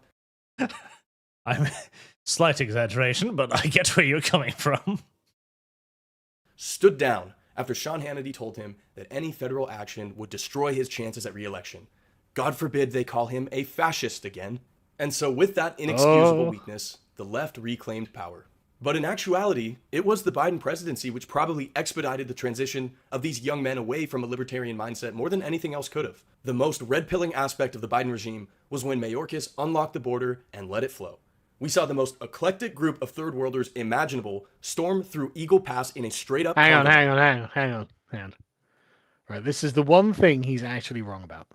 No, you fucking didn't. You saw South Americans. Now, I'm not saying they're great. I'm not saying there aren't problems with South Americans. There are, obviously. But you have no fucking idea what you're talking about. We have got way worse over here. We do indeed. No, I'm just And joking, the conservative estimate is that 10 million people came through during those 4 years. I think it's much higher. And there wasn't even an attempt at an argument for this. No justification, just a blatant reopening of the gates of Toledo. And that is a good point, though, because the argument, of course, was nobody's illegal. Everybody's okay. It's fine. Like the argument for immigration on the left was considered so ironclad, there was no reason to reiterate it. And up until very recently, we didn't really begin questioning it either. It's fairly recent for people to finally begin to connect the dots of our economic woes on a personal level with the 10 new million people living in our country. Mm. The real argument was, of course, to destroy us. And any comments about the changing demographics...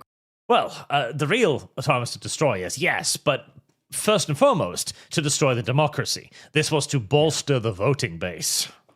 Yeah. Graphics as a result of this influx of immigrants was considered heretical. We listened as the regime went on about just how awful whites were, how mean we were to poor minorities, and yet all we would see online were videos of minorities and illegals beating the shit out of whites, robbing them, running into their cars, you name it. And then Martha's Vineyard happened. Which was another nice wake-up moment as suddenly the rich white people, the political white people went, no, not here. We can't support these people. I just want the border policy of Martha's Vineyard. Yes. And it was never the other way around. There was backlash to all this, but it was purely online. And as a response, the bannings became endless. There was no terms of service anymore for these sites. The government would simply target a particularly effective dissenter and terminate their account with no explanation. Parler, a free speech alternative to Twitter, was kicked off the entire App Store almost as soon as it launched.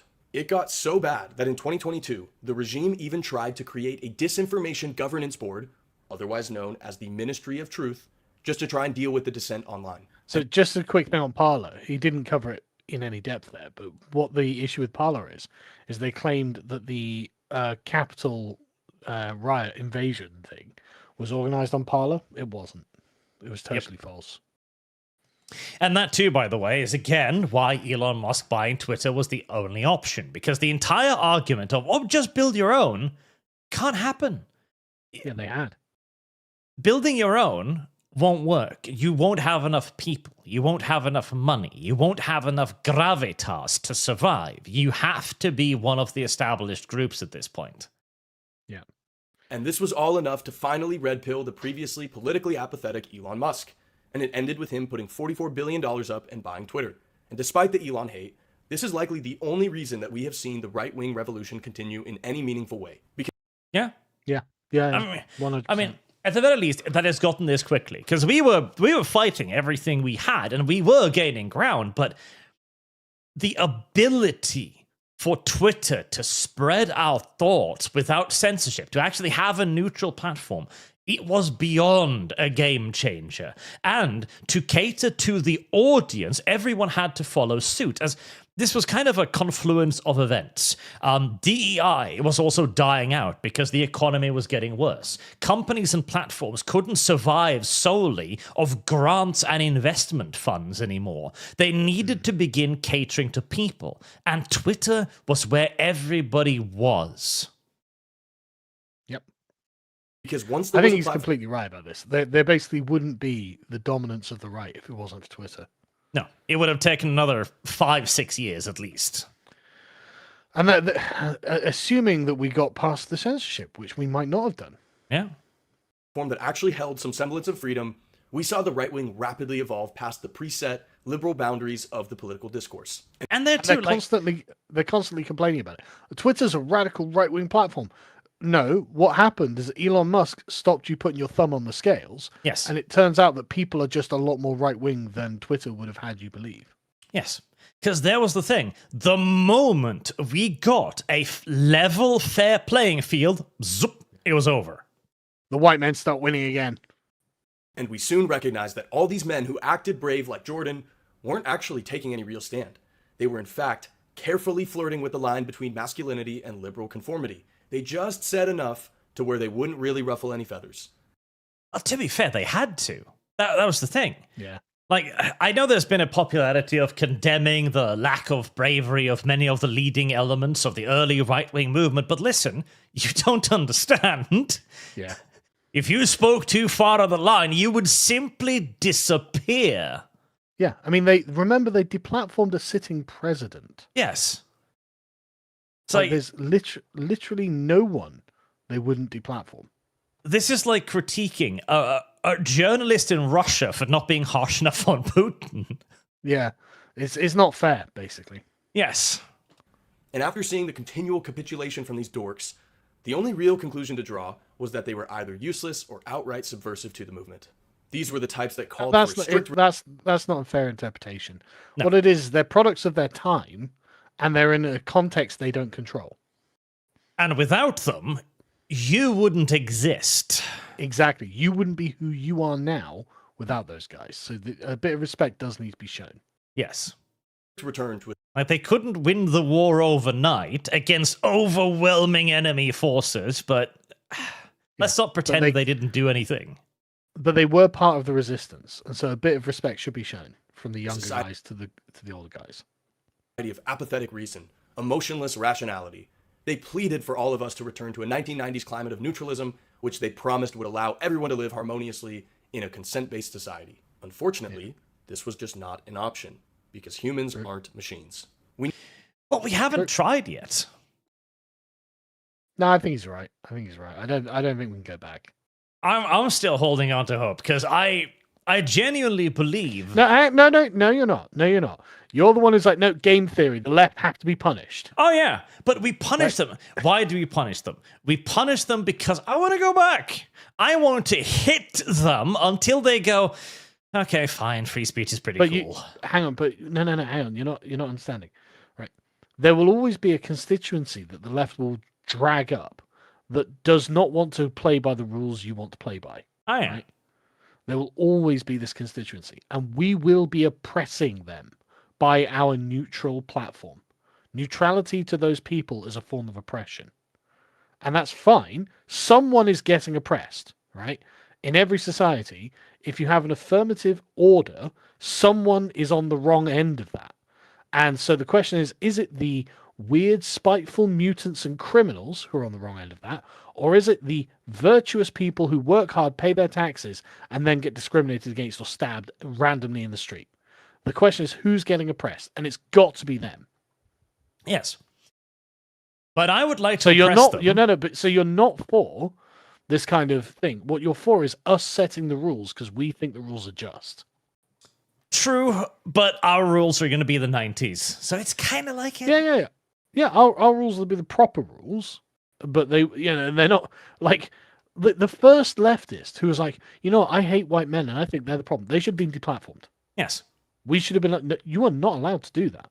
You're fucking over. Your career is over. You're gone. How fucking dare you? I'm absolutely on that side. Again, the consequences must be like... Dev has asked me on this, like, when is enough is enough? When Hassan Piker, when Destiny, when Vosh, when all the leading leftist commentators aren't on social media. That is the point at which I'll go, okay, fine. We've done enough. When they realize that they can't just spread their fucking hate against the indigenous populations of our nations. Yeah. And then we will have to ruthlessly enforce the tyranny of neutrality forever. But that's just how it is. Yeah.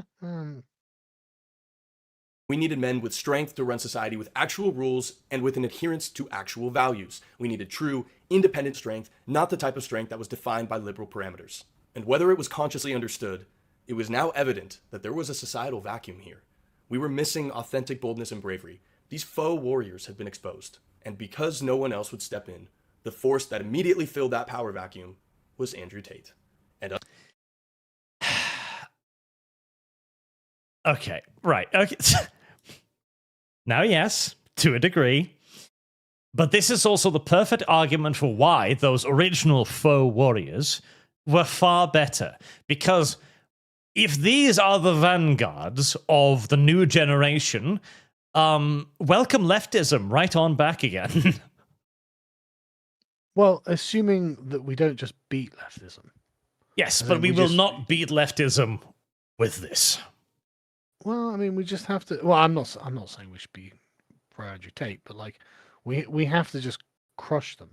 Like, sorry, they have to go out of the institutions. They have to never be allowed. Like these people, like in the same way they discriminate against us, we have to discriminate against them. Correct. But this must be done carefully, because the reason why we won was in large part because of the left wing's overreach. If we overreach too quickly, we will simply follow their example. Yeah, I agree. And unsurprisingly, he instantly ascended to the top of the culture. He took the fake masculine message of Peterson and spun it into a hardened, actionable plan for young men. Essentially, get bitches, make money. For all you NPCs, I'm not claiming that's some type of moral approach, obviously. But it is a lot more appealing than go to a gay pride parade to show your solidarity and make sure you remove the cap from your water bottle before you recycle it. It was also more appealing than this pretend right wing that said, never judge anyone else unless they do something explicitly bad to you, and always just mind your own business. Tate was a fighter, someone who had demonstrated his courage in the ring. He had made money, he was ripped, women loved him, he wasn't just a construct. And he undoubtedly had at least 3 times the amount of aura that any other public figure had. And Andrew also commented, but he was also a whoremonger. Yeah, he is a pimp, but like, I mean, the thing is though, I tweeted out a while ago, it's like, look, Andrew Tate is the rational response to this kind of world. Yes. He like, always, we're pro-sex worker, every liberty and degeneracy under the sun. Then you're going to get a guy who excels in that and who makes it rich and who becomes like the archetype because you facilitated all of this.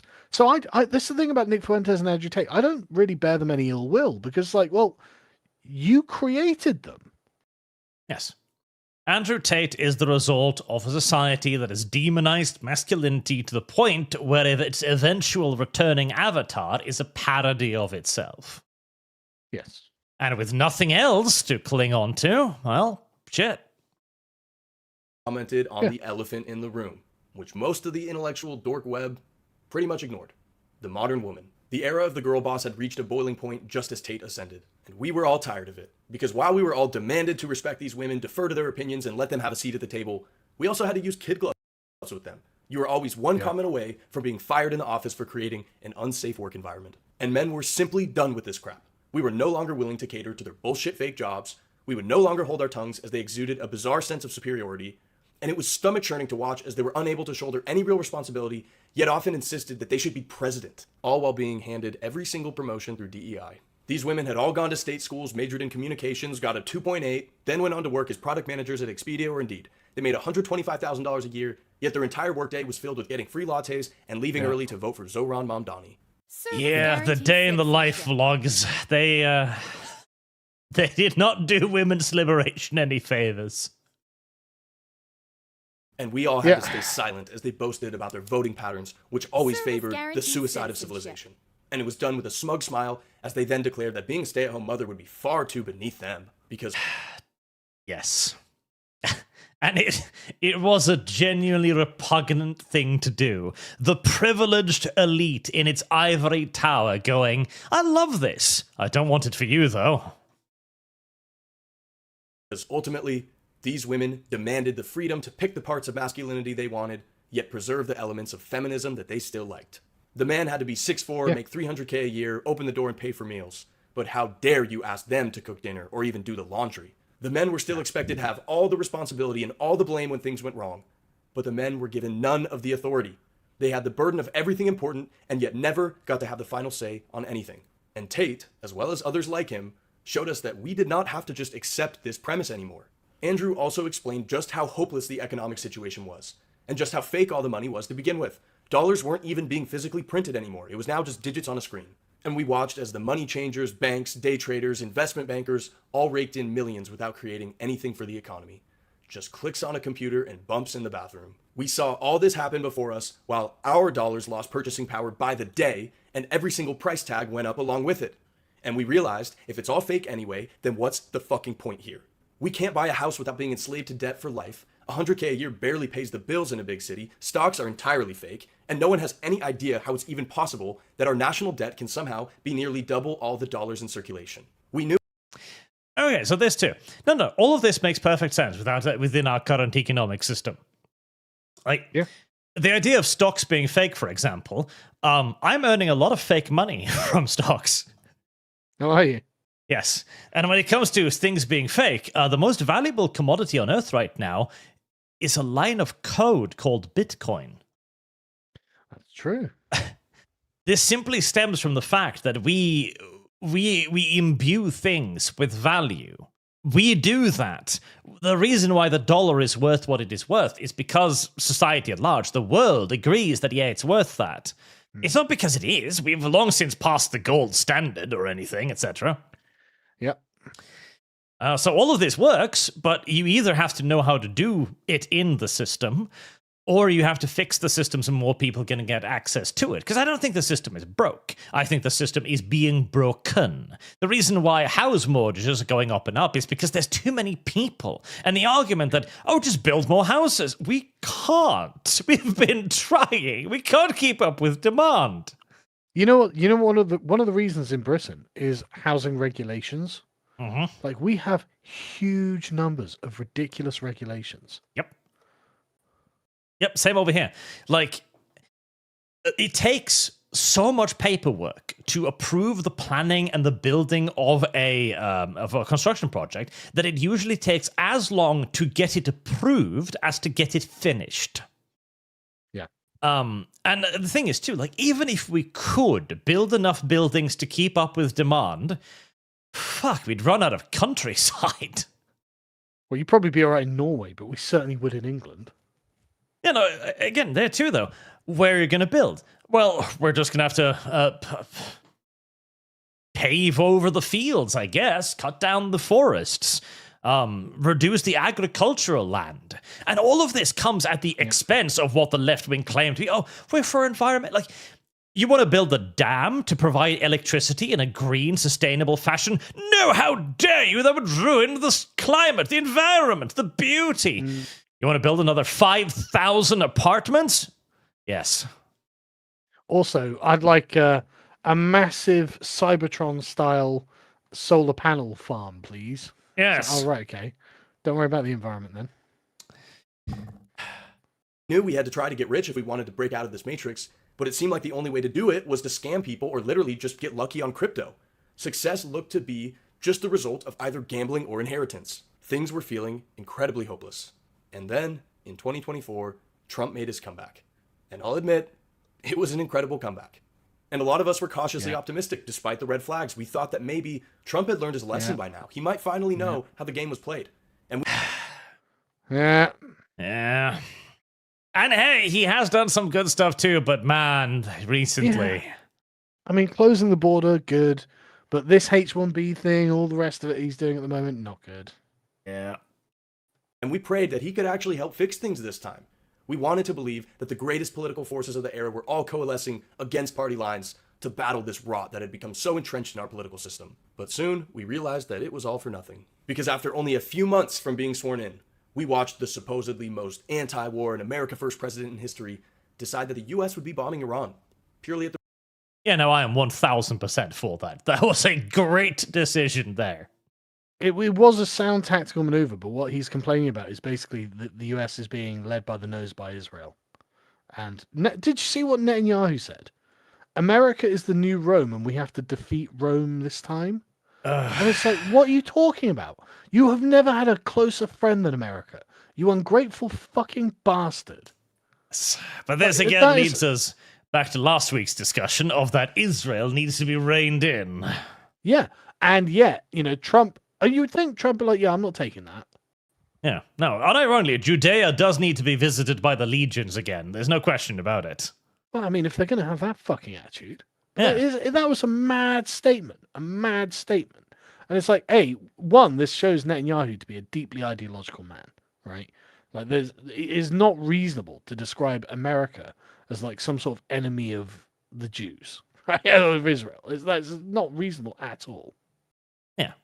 At the request of our greatest ally, Israel, we were also waiting patiently for the release of the Epstein files, which Trump had campaigned so hard on releasing. They did release more files recently, so... Yeah, but Democrats did. Yeah. Yeah. And then Trump was like, yeah, no, the Epstein files are a hoax. Oh, come on, man. We know they're not. Yeah, that was just fucking retarded. We thought I he and don't know Pam why Bondi he's would finally expose stepping on these these sick rakes. pedophiles. But instead, he called it a Democrat hoax. And so we learned in actuality that this entire administration was running cover for child rapists, while telling us that we were the problem for taking issue with it. And you know what? Just as a quick thing, Trump said, like, they've released this thing. Trump met Virginia Guthrie. She was always completely praiseworthy of a Trump, because I mean, like, it's not a secret that Trump and Epstein were friends for years. Right? Everyone knew, and Trump like broke his friendship with them at some point. But like in these emails, Trump's like, "You guys have got to stop doing what you're doing." And it's like that's the big gotcha. It's like Trump said he should stop. What? Oh, good. I mean, that's actually, like, again, honestly, I'm shocked that Trump was on the right side of that issue, frankly, because given the kind of man that he is and given the, like, everyone knew what Epstein was doing. It was a fucking open secret. They all knew. So being like, oh, Trump was there. He didn't say anything. No one said anything, you fucking disingenuous hacks. Everyone knew, and you know everyone knew. And Trump was literally is in the email being like, yeah, don't do this. That's way better than I expected. Frankly. We finally realized that nothing can actually change this system from the inside, no matter who's in charge. Correct. And that revelation was perhaps the most radicalizing and revolutionary moment of all. Our solution would have to be external. And so with that, we have arrived in this moment, in a country that has been pillaged, spat on, sold out, and replaced, and the very people that have suffered these transgressions have been the ones blamed for it. And now the young men of Gen Z, who were once equality and freedom-loving liberals that just wanted to go surfing or hang out with their friends, have been forced into becoming right-wing authoritarians that are willing to do whatever it takes to fix this. But let's not forget just how to the real world, kid. Yep. And welcome to also very soon realizing that that way lies absolutely nothing. I don't know. I know. Unless something very radical happens. If the right radicalizes too fast, you will simply become the new left. You will become indistinguishable. The horseshoe will curl yet again, and you will lose all political power. So I think that what you're trying to say is that what the right needs to do is be able to articulate an affirmative order and say this is how things ought to be because it'll be good for everyone. Yes. Which is what the left failed to do, obviously. And I agree with you, but that itself is right-wing authoritarianism. It is the right wing that is prepared to exercise authority for a reason. Yes, but because this is the problem with the liberal order, where it's like, oh no, let everyone else be in charge. You shouldn't be in charge. Blah blah blah. No. We should be in charge because we are going to create a good order. I think, well, whilst I agree with that, I don't think the modern right is putting it in that way. I think a lot of them, especially the younger generations, are letting the idea of societal power run to their heads, and they are understandably hot-headed at the idea of revenge against their oppressors. Yep. But that's... Basically, the live or die of the right wing is going to come down to how it can effectively moderate itself whilst getting what it wants. Don't worry, guys. I'm on your team, even if March isn't. Exceptionally patient we've been during our evolution. We sat by and let everyone make their own choices. And we held good on our promise that we wouldn't judge people for things that didn't affect others. Then we saw gays chant proudly about coming for our children, and drag queens showing... They will... God, how could they have released that fucking song? Because they were arrogant. They thought they'd never lose. I know, but even like, holy fuck, you record yourself singing, "We're coming for your children," and you're like, upload that, that'll be fine. Absolute banger. What are you talking about? But aren't you glad they did? I am. I'm just questioning the survival instinct of the individuals behind it. Again, they never thought they'd lose. Porn to kids in school as liberal white women cheered. We let minorities and immigrants bitch and moan about the most accepting nation that's ever existed, one that has literally committed suicide just to allow for others to join, to avoid being mean. Then we saw hordes of Indians come in and steal our tech jobs, hollow out each of the companies and turn them into little Indian colonies as they shat on American whites, while Trump called for stapling green cards to every diploma. We sat quietly on the sidelines as DEI robbed our brightest minds of the most sought-after positions, and we watched as everybody in those roles failed and made a complete mockery of our institutions as a result. We continue to suffer through the competency crisis these idiots created, which has destroyed the functionality of everything from airports to customer service lines. And nuclear missiles. I tell you what, when I went to Italy the other day, me and my wife were on this plane, and a woman's voice came over the intercom explaining how the journey would be for us, and my wife was like, "Oh no." My wife was like, "Oh, I wanted a man flying the plane." Even believed that Jewish people were just persecuted victims who wanted to be part of the American dream. Then we sat stunned as we discovered that it was in fact Jewish Americans who were funding mass immigration facilitating NGOs and writing books about how evil whites were. We saw the honorary Israeli Larry Ellison buy TikTok and half the entire world media apparatus as a personal favor to Netanyahu. And we stood by as the Israeli Prime Minister made it a point to bring his dirty fucking laundry all the way across the Atlantic Ocean so the White House staff could wash it. Now that is mad, isn't it? What a fucking twat. Again, like, listen, I like Israel. I like Israel a lot better than Palestine. I want to keep our little Israeli colony in the Middle East to offset all of the crazy brown people, but fucking know your place. Good God. Like, fucking hell, man. Like, and, honestly, this Netanyahu thing, America's the new Rome and we have to win this time. Oh, no. Yeah, That's seriously. not on, man. Fuckers, you are the AI from Total War. You're looking at America, the nation that could quash you like a bug, and you're getting a -30 opinion boost because they're stronger than you. Just chill. Jesus. But they've given you so much. So much money, so much fucking resources. It's like, what are you doing? What's wrong with you? Yes. We listened to liberals claim that they were just showing compassion for people down on their luck as they defended releasing criminals and letting homeless people wander the streets. We heard them say that these people have just had it rough, but they deserve a second chance. Then we saw the sweet and innocent Irina stabbed in the neck by a crazed black man with infinite prior arrests, for no other reason than being a white girl. We heard blacks complain for years that they were the poor victims of systemic racism and that they just wanted to be equal. And then we saw Carmelo Anthony stab Austin Metcalf over a seat at a track meet, and then watched as his family raised $500,000 in a GoFundMe. And instead of paying for legal bills, they bought a house, and who knows how many God damn it.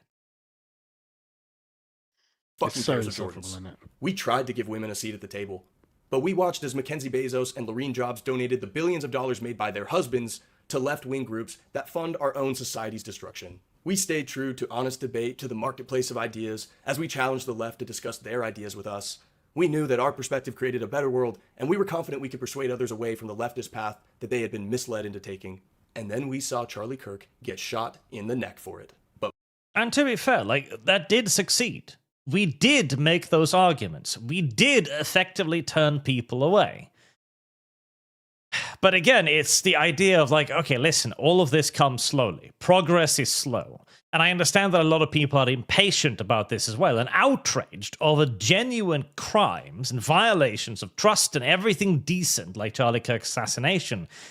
But it's not a reason to just throw away everything we built either. Like, calm down. Yeah, Ashes but are at the not end of the solution. day, it's hard to imagine that if the shoe were on the other foot, right? Oh, And yes. so it's just like, what do you expect people to do?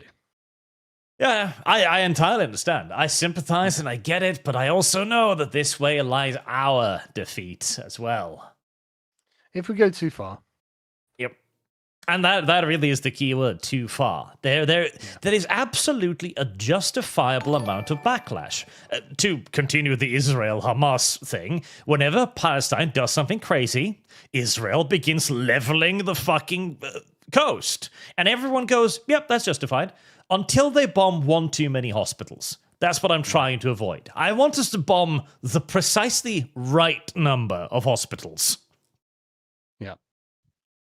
But most importantly, we saw them cheer. And so, with all that we've seen, we are finally done listening or blindly trusting in good faith. We are finished giving others the benefit of the doubt. And we are certainly finished putting ourselves last. We will not allow these social experiments to be run when the result is the destruction of our country, especially when the only consequence of the responsible parties is to have them throw their hands up and say, oops, if we even get that at all. We are done being told that ideas are off limits, because the ideas that aren't off limits are absolute dog shit. And so, we don't care about your sacred cows anymore, because we have none. We want outcomes that serve us. We are not married to some procedure like the generations past. Our goal isn't to follow some rule book, so that if we lose, at least we can say we lost honestly. If the Constitution isn't... To quote the mighty horse fucker himself, my principles are to win. Oh, and you know what? What am I even going to say to that? Indeed. Again, it will be one of Warsh's most enduring quotes because, hey... He's not wrong. Exactly. What is there to disagree with? Isn't getting us the outcomes or protections we need, then it might be time for it to go. I can almost hear the gasp of the beautiful losers on the right. How dare he? Well, how that's fucking the thing, dare isn't you? it? The How dare beautiful losers. That's the right way of framing it. Yes, but at the same time, as a beautiful loser myself, without beauty, we will be indistinguishable from the opposition. Fair, but I don't want to be a loser. There's a beautiful middle line that needs to be struck here. Many of you defend these structures that either outright facilitated this outcome or were too weak to prevent it. Both options are definitively invalidating. We will take the steps needed to right this ship, and we are prepared to venture down whatever road can get us there. Because what all these events have led to, ironically, is a generation that is actually the most open-minded perhaps ever. We truly don't care anymore about what's off limits. Someone wants to make the case for Franco or Mussolini? You know what? That's true. That's true. That's totally true. That's true. Challenge our sacred democracy. Maybe you want to make the case for monarchy. We'll hear that out too. We no longer have a knee-jerk reaction to certain ideas, words, or people. At this point, all we want are the right outcomes, and we're willing to discard or add whatever strategy or ideology is required to get those results. And that is a good thing. But I also want to point out, monarchism, fascism, and Nazism are not the correct outcome producers either. I mean, monarchism is just a fantasy. Yes, it's nonsense. Like, it's not going to happen. Trick or treat. Can I smell We your will feet? absolutely preserve the fundamentals of our morality in the quest to achieve this, obviously. But finally, there's a demographic that's no longer petrified by these secular satans that have been constructed and deployed to restrain the minds of Americans. It's funny that the left is freaking out over Trump's actions right now, because anyone tapped into the Gen Z male movement knows with certainty that we think Trump is a weak cuck. Someone who has no political will at all, not a true leader, not even close to capable of doing what needs to be done, not even close. And we, the Gen Z men, absolutely can't wait until one of us rises up, because we aren't afraid to actually wield power. That is where we are, and that is how we got here. I mean, yes, but then I will also immediately point out, why aren't you rising up? Well, I mean, this is part of it. Him making this video is part of it. It is, but like the idea then, at the end of all of this, we're gonna do it, we're strong, we can rise power, grab power, is we're gonna wait for somebody to emerge. Yeah, but they will. Like with the left and Mandami and AOC, they will. They'll come forward. Like it requires a kind of mindset before anything can actually happen. And this is the Gen Z men establishing that they have been properly hard done by, and actually them just acting in their own interest is just. And to be honest with you, I'm not gonna try and dissuade them. No, I think it's all well and good that they are going to try, but I do also think that a lot of this is going to be the hubris of youth, which will be tempered, probably painfully, by time. Probably. And it'll be interesting to see, though. And that was quite an interesting little video. I enjoyed that. I thought it was really good. Actually managed to get through it, too. I'm impressed. We did go 30 minutes over time, but... Yeah, but it was a good video. That was a good video, yeah. Right. Let me Control F Sargon, because you're already 30 minutes over. Yeah, go on. So I can focus on the ones that are for you first and foremost. Easier. Service guarantee citizen. I mean, some of these Domino? comments, man. I just want to game. I just want to grill. I just want to be a father. Yeah. Like, these are not radical requests. No, absolutely. That was the entire point. You ignorant slut. Domino, Halos, and Sargon. Art, would you consider having Brian from Honey Badger Arcade on one of your channels? Carl can help you get in touch if needs be. Yeah, I spoke to him years ago. I haven't seen him in ages, but like, I'm not. I like the Honey Badgers. I don't know who they I have are. lost. Oh, they're men's rights activists from like the sort of Gamergate days, but they're good chaps, good ladies as well. Okay. Well, I'm happy to talk to most people. Just Yeah. get in contact with them, basically. I have Yeah. lost. Shit.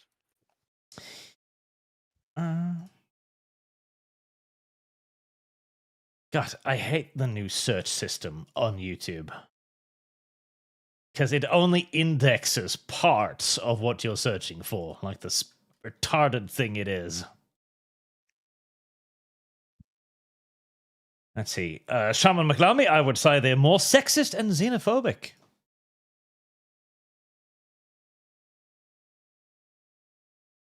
Charles the Beagle, regarding the rise of Fuentes, it's nothing new. When an honest actor finds a voice to resonate wider public and stops their content, malicious actors step in, e.g. JVP stepping and Tate taking over. There's also just a certain appeal to radicalism. Like, if you're in times of extreme political craziness, as we are, Fire is the answer. then it's absolutely a great deal of appeal to the radical. Simply because it's something different, it's something new, it's something interesting. Also, it's to adopt an extreme position on something is not something you need to have any significant understanding of reality of, because you're like, no, I want to change everything so it's X, Y, or Z. It doesn't matter where we are currently. I'm happy to overthrow the entire system, so I don't need to know about the system in order to create this new thing. So it's a simple way of coming to a position. Yes. Castle Baron. Shame how Drumpf is squandering all the support he won. It is true what they say, all dogs can't be taught new tricks, and moderates do not have the will or strength to correct nations with the cruelty required. It's also to that, God, that entire fucking Epstein thing. Like, Heresy's the there's question. gotta be someone Fire he's is the defending. answer. I can't. Trump is just fucking it up completely. Yes. I don't know why. I don't know why he's doing that. And the H-1B visa thing as well, like, Yeah. it shows too much that you're an old rich person. Yeah. It's like, oh, but the economy, I will happily sacrifice a goodly portion of the economy for less H-1B visas. Yeah. It also shows that the tech bros twisting his arm. Yes. You know, like, this is not your narrative, Trump. This is the tech bro narrative. Yes. And a part of this, by the way, is the AI bubble. Yeah. So right now, AI we have invested so much money into AI. It's absurd. Heresy's the question. So Fire that is the if answer. AI begins to burst, if it stops growing, if it stops becoming effective and it stagnates or something, so many jobs are going to disappear very quickly. So that a lot of people are also going to be quite desperate. And there's also the promises, right? Whoever gets AI right-ust, or even gets like proper generative AI, etc., will have an enormous advantage on the world stage. Like, a lot of people are envisioning AI as the new nuclear weapon, basically. And it is. Yeah. In a way. Yeah. So a lot of people are spending a lot of money on it, but that does also leave a great deal of vulnerability in that so much fucking cash is focused on this. Brandon, my prediction is that the entire globalist neoliberalist class will cling to power until the whole system breaks, and the hardline backlash will most likely be quite ugly. Thoughts? Possibly. See, one of the genuine big problems is that there is a rabid resistance to change. This is why Alternative for Deutschland is minimized. This is why the Swedish Democrats are minimized. They simply shove their political opponents out on the fringes further and further through more and more tricks without solving the problems, meaning that as the problems grow and grow and grow, the solutions inevitably grow and grow as well. Yeah. The problems don't get any less when you ignore them. It just exacerbates them. So, okay, you make the eventual backlash all the more inevitable and powerful. Yes. Boog, if you want to radicalize someone towards the right, show them a picture of food and gas prices from a 1980s movie. Oh, it's mad. It is mad. Yep. Mercenaries anyone? Dogsuit. Unfortunately, Live Aid than anything they went to Africa was not meant to help Africa. It was helping destroy the place and everyone in it. Well, I'm sure he meant well, but... Well... You know... Zedekiah, I recommend you guys watch iHypocrite's video on George Carlin. It really shows how he basically turned stand-up show into shows for trained SEALs. There's a great, really, really right-wing channel called Wyatt Stagg, and he's got an amazing video on George Carlin. I'll find it. Yeah, Agent of Entropy, it's called. George Carlin, Agent of Entropy. I'll send it to you. His videos are the most doomy sort of black pilling things you've ever seen, but they're really powerful videos. Death sent 2,000 warp tokens on Kick. Hey, Art and Sargon. Hope everything is good with you guys. Friendship with Benefits Fund. Thank you very much, sir. I'm doing quite well, actually. Let me add that to the thing as well. I need to start wrapping up more funds so my list will be less full of things. There we go. Low Wolf the Red. Hey, Carl, could you do a deep dive on why we Anglo-Saxons have been so successful in war, governance, and civilization? I think it would be interesting. Well, I can, but it's actually, it comes down to a couple of simple things. The first one being accountability, right? Western armies have always had a huge amount of accountability in them. And we've had pride, honor, and we're just warrior peoples. We have been forever. But there's a lot to it. It all basically comes down to the fact that you aren't Anglo-Saxons, but we're conquered by the Norwegians. Basically. Which is why we speak Norse now. Yeah. To be fair, only Iceland speaks Norse, and even they do a bastardized version of it. Yeah, okay. Well, next time the Germans take you over, we'll come and liberate you, don't worry. You know what? That might still be a good thing, because the Germans are getting weird again. They are, actually, aren't they? Yeah, Germans respond to oppression very poorly. The wrong kind of oppression. See, the Germans are very happy to be controlled. They are not happy to be oppressed. There's a delicate line between the two. Oh, yeah. Yeah. That's absolutely true. Yes. When the French were oppressing them, as people forget, but France was one of the primary military juggernauts of Europe, they created Prussia. And when they were oppressed by the British and French after the First World War, well, you can see how that worked out. Yeah. And right now, AFD is being oppressed by the fellow Germans, so... Yeah, I'm sure they'll take it well. Mercenaries anyone? Dogsuit. Given what I've been told by old military men who have knowledge of certain things, it's a medical Africa as a continent still exists, much less being something above the sea.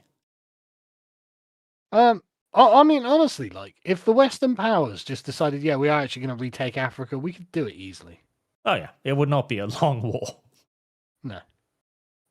Alex Anderson, do you wish to integrate? Yes, Sahib. Prove it. Hand over knife and fork. Show me how to eat curry. It would have filtered so many.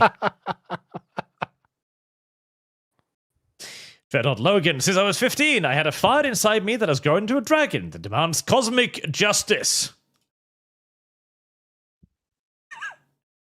Cosmic justice. Good. Well, that's what I think, yeah. Andrew Knapp, looks like a Handmaid's Tale reject. Oh, which one? Got it. Carson Casimir, why are Zoomers so radicalized? Well, they have systemically changed things to remove any benefits of society for us, corrupted everything beyond recognition, and effectively sacrificed our birthright on the altar of GDP. Yes. Yes. And again, entertainment. Like, if we had circus, then we probably would not notice that our bread was being taken away to quite such an extent. But we don't have a circus. And we are beginning to look down at our empty hands more and more. Why is this happening, everyone asks? Yeah, great question. Patch Reed, is this a real person? To me, it sounds like an AI narrator. No, but we did have it sped up at 1.25, so. Yeah. It's the only way the two of us will get through anything longer than 10 minutes. Right, so. Castle Baron, the reason the right can't combat the left is because side establishment conservatives will destroy the right side person for even whispering back at the left. The conservatives are the only breakwater to true justice. And that's literally what the war with Tucker Carlson is at the moment. Yes. See, the problem is that the right wing today includes everyone thrown out of the left. It's too large of a tent, and we're going to need to make it smaller. But it's not just that though. Like it's literally about is it Israel first or not? And the Ben Shapiro types like Tucker Carlson must be stopped. And it's like, well, the Zoomers don't think that. Like, you're declaring war on the future, you fucking idiots. Zeluxon, it should be a real battle. The white man should drive the outriders out by force if the government will not. Marksman, Sargon, to finish your point, I quote Poland. Come to Poland, learn Polish, marry a Polish woman. We accept non-ethnic outsiders as either they, their kids, or grandkids marry into the ethnic family. True duty of assimilation, the black chatter is American. Well, that's what we think of assimilation as being here as well. Yes. Like that, because that's what it is. That's what assimilation is. You need to adopt to the nation you are assimilating into. Midrael, you still have to actually win over the people, and the left still has the ability to lie convincingly enough. And to be careful not to let the actual evil views in under the guise of anti-censorship. Yes, and remember as well, the most poignant point to remember here is we are fighting an enemy that has made currency out of victimhood. Yeah. They're very good at this. Yeah. Maranga 2, you've seen that even hardline GW shills like Valorok are getting into Conflict 47, which in Phoenix Point. Yeah, but okay, I have a video on this that I'm gonna probably need to refine and edit one more time, because here's the thing. I have grown to loathe people like Valorok. The people who are like, oh, it's so good, it's so great, oh, nothing is wrong, it's fantastic, wow, I love 40k. And then slowly, simply moves on over to the other setting after not having done anything to rectify the errors everyone can blatantly see in the setting you claim to love. You don't love that setting. You're a fucking parasite. Yeah. Coward as well. Yes. Like the mature and manly thing to do would have been speak out. Try and fix it. Like, I've sucked the bone marrow out of this setting. I better move on to the next one. Brandon says, Syrian is trying to suck off the West to draw attention away from the ongoing, definitely not sanctioned massacre. Listen, they're having ethnic unrest, as Arab countries often do. Yeah, that's not new. Gray, hi to you both. Tommy Robinson was in my country on 11/11 and had pretty good time amid our Independence March goers. Hope you all spent that day nicely too. Or alters, let me put it in there. Anna Ackerman, 40 minutes late. Time to 2x zooming. Be there soon. Mason Miller, Carl of a card. I have been screaming into the void for a decade for a proper sequel to AVP Extinction. You based bastards. I know. I have lost. Shit. But the thing is, we can't do asynchronous multiplayer anymore because people won't stop whining about balance. Yeah, but they've got to just fucking suck it up. Yes. You literally have to go like, oh no, listen, it's asynchronous. Like shit's gonna break. Asymmetrical. Asymmetrical. Potato. But yeah, no, like the quest for eternal balance is like, okay, you should pursue balance. You want general balance, but the thing is, you can't make a foolproof system. Somebody out there is going to come up with some way to fuck your system up, and you can't cater to that one person. Yep. Your Kotar. Nope, she can build my house. Equality. Yeah, send them women to do the building. And the fighting whilst we're at it. The Sober Viking, I can recommend everyone listening to By God Will Have a Home by Pine Tree Riot and The Call to Rise Britain Unite by the Iron Patriot. I've never heard of these things. No, I haven't either. Sure, Qatar, if your people still don't have a navy and you live in a nation that does, shut your mouth and be grateful. Shaman McLamy, I had a sigh of relief when I found out my brain surgeon was a middle-aged Korean man with a fluent American accent. Thank God. Yeah. That is the sight I want to see as well if I was ever going through major surgery. I want to look up and see either a distinguished white dude or a Asian that speaks my language perfectly. Yeah, no, you've got the black woman, I'm afraid. Yeah, and he goes in there and fist bumps you like, we're going to dig into your brain today, brother. Oh, fucking hell.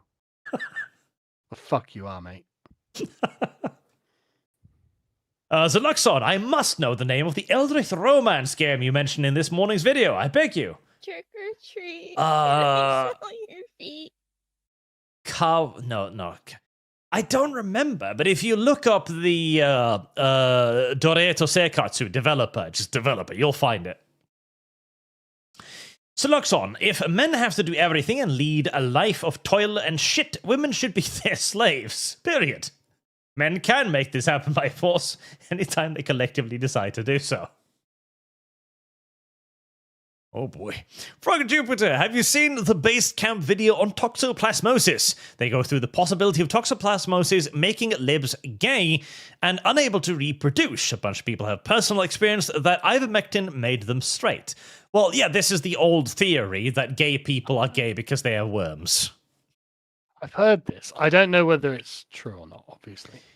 There is an element of truth to it because there exist worms that can fuck with your, chemical balance. Right. But I don't think we've found anything conclusive to say that it's because of the worms. In general. Yeah. Right, okay. Well, look, I'm going to have to go because we're quite significantly over and I've got to go to bed. Okay, that's fine. I will talk to you next week. All right, take it easy, man. See ya. All right, you're stuck with me now, chat, as I go through the rest. Shaman McLamy, I knew Obama was a crook from the very beginning. It was just obviously based on what he is. It is inherent to his kind. A politician from Chicago. I found him charming at first, but the problem was that the reason why I found him charming was that because he clearly didn't take the job very seriously. Mr. E, I'm a black American in 2015. I went further right. Correct. Based. Start to go. Eastern-born Asians find a lot of Western moral values very similar to their moral values, but it seems like a lot of Western-born leading woke. Why? The waters in which we swim. The woke nonsense is our air. It's what we breathe, the universe we exist in. So obviously you're going to be led down its siren song. So Luxon, the left must be wiped out, period. We can no longer live in the same nation as them. One side must cease to exist. I'm still not quite that far. Deeper Weirdo, I don't know if you guys accept shoutouts, but a great channel I've liked watching is Feral Historian. His videos are insanely rewatchable. We've watched a couple of them. In fact, I've wanted to reach out to him, but the little motherfucker doesn't have any social media or anything in his profile, so Trick or treat. Murdoch Hancock, China's $80 trillion in debt. It is 130 Confucius institutions whose entire purpose is to teach communism to American college students. And they're importing a fair few Chinese into America as well to teach communism to American college students directly. Plague, to a society of angels, no restrictions are necessary. To a society of devils, no restrictions are sufficient. But man must govern himself, thus we have the transcendent mission of cultivating virtue. We do. See, it was an interesting tweet I came across the other day in reference to the Norwegian prison system that basically said, listen, the Norwegian prison system makes perfect sense because if you are an average, well-adjusted white male in a homogenous Western society, giving you a timeout for a couple months is usually all you need, and then you can come back to society. However, this model does not work for everybody. Subu Kaji, on a more white-pilled note, another white man has built and landed a reusable launch vehicle. Nice. Dill Pickle, growing up as a white male in the 2000s through tens, was getting societal knives driven into our backs after being promised a future of fraternal friendship. They waited us for us to give them the target. Yep. Danny, meanwhile, in the US, the right has the chance to step left-wing hijinks and block them from office for 50 years, but no, they try to ban porn. Yes. A somewhat strident misuse of our time. Halcyon Asher, there will never be another Trump, and the left's attempt to find an analogue to him, like Mamundi, will send the irrelevance yet again. I'm happy we started naming streets after him. Frog Jupiter, a 24 Civil War had the journos as the good guys. Sonic Man, help, I'm in an abusive relation with Paradox DLC. You are. And you should try to break the mold by breaking the Swedish. That's next one. You could see some of this with Gamer Day 8, Dogsuit. You could. Shaman McLamy, or you attract what you fear. One often finds their destiny on the road to avoid it. I'm afraid of psychotic women. So Luxon, we ironically need a white power movement at this point. Oh. Disavow, YouTube, disavow. Mercenary X21. Dogsuit, wait until you see the stuff involving George Soros and his paymasters, how much they run our media. It is terrifying once you start digging beyond George Soros. The man has bosses above him, and I've caught glimpses. They are horrifying. Charlie the Beagle, COVID lockdowns ended up being the best thing ever in radicalizing, Jen said. They did. Pacherd, the gay couple who pumped their adopted sons were in Athens. GA, one was the local government employee. They both got 100 years in prison. Good. Mercenary, Dogsuit, careful Arch, they might like the whip. Depends on the type. Listen, the kind of whips you use for recreational purposes are nowhere near the ones used for corrective purposes. Tie some knots in that thing, and they'll find it significantly less fun. Tanushi, did you see that FIRE study where male students are more tolerant of their political opponents than female students are of their own allies? Jesus. I wouldn't be surprised, though. MJ Bull, Arch, they likely would get off someone running after them with a whip. From Foucault, that movement was always about normalizing the immoral. Lonely Lenny. Oh, this guy's videos are brilliant. It's just lefty commie talking points. V2 being enthusiast, which is worse, being gay or being a liberal progressive? The latter, definitely. I think that being liberal is worse. I've met some cool gay people, but I've never met a cool progressive and probably never will. Thoughts? Oh, absolutely. I've met loads of chill gay people. I've got nothing against gays. I have something against progressives, who often LARP at being gay. Reverend Norse never got the gay desire to get a Christian marriage when all the Abrahamic religions are anti-gay. One would think they'd keep it a civil partnership. Well, it is because the good gays, if we shall use that terminology, they are genuinely much just like you and I. They want to be official, they want to be proper, they want to be virtuous, and to them, a Christian marriage is a holy rite. It is a clean rite. It is something good and honest and genuine. And they view it in all the same ways as we do, and they want that same thing. And so long as they can find a priest willing to carry out the sermon, I'm entirely fine with that. In fact, I would rather encourage it over the ones that don't want to get married and simply want to spend their lives pissing in one another's asshole. Sandoom, reminder, they stopped counting at 2 billion damage. Verse 91, Dogsu, Chinese nationals came over the south. They did, a lot of them. Mr. Deadpool, there's no going back. There's a pipe dream where nostalgia is a bait and switch like Utopia being empty promises art. I don't agree. In fact, I'm working on a video now suggesting that Dispatch was a brilliant, wind of the olden age coming back to us. Kyle, the world is changed. I feel it in the water. I feel it in the earth. I smell it in the air. It is coming, and it will be born by steam machines. Midrael, the left will never want to go back. Also, the 90s, wasn't it the 90s that got us here in the first place? Yes, but our 90s will be very oppressive towards left-wing ideology. Charles Olson, never forget, the Federalist Papers were first published under pseudonyms. Anonymity is in presenting controversial ideas is an American tradition. Kyle, 3 crow bars you shall have, not 2, for that is too few for the task, nor 4, then you have become too consumed. Counting of the 3, the Gaben Codex.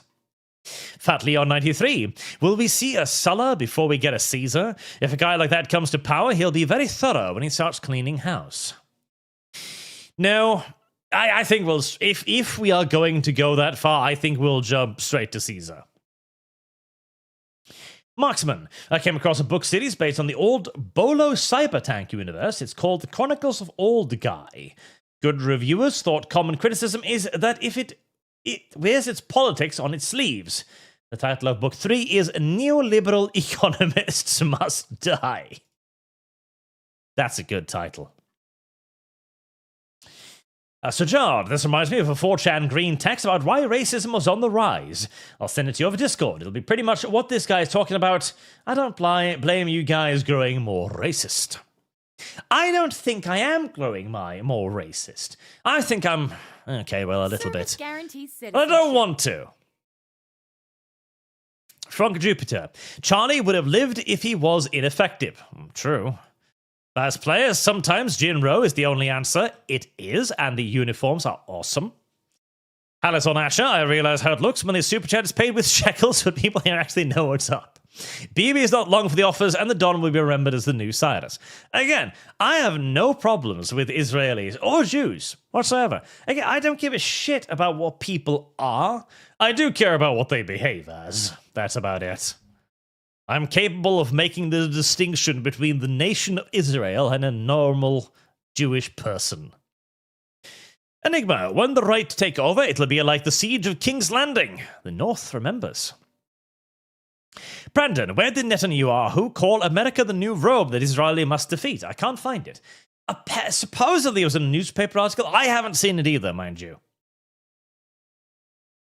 Dizwiz, oh boo fucking who? No money to force your agenda, not enough head counts to weigh the scales of election on a bigger scale, no status to influence the tides of conversation, and you want to win all, and you want to win all?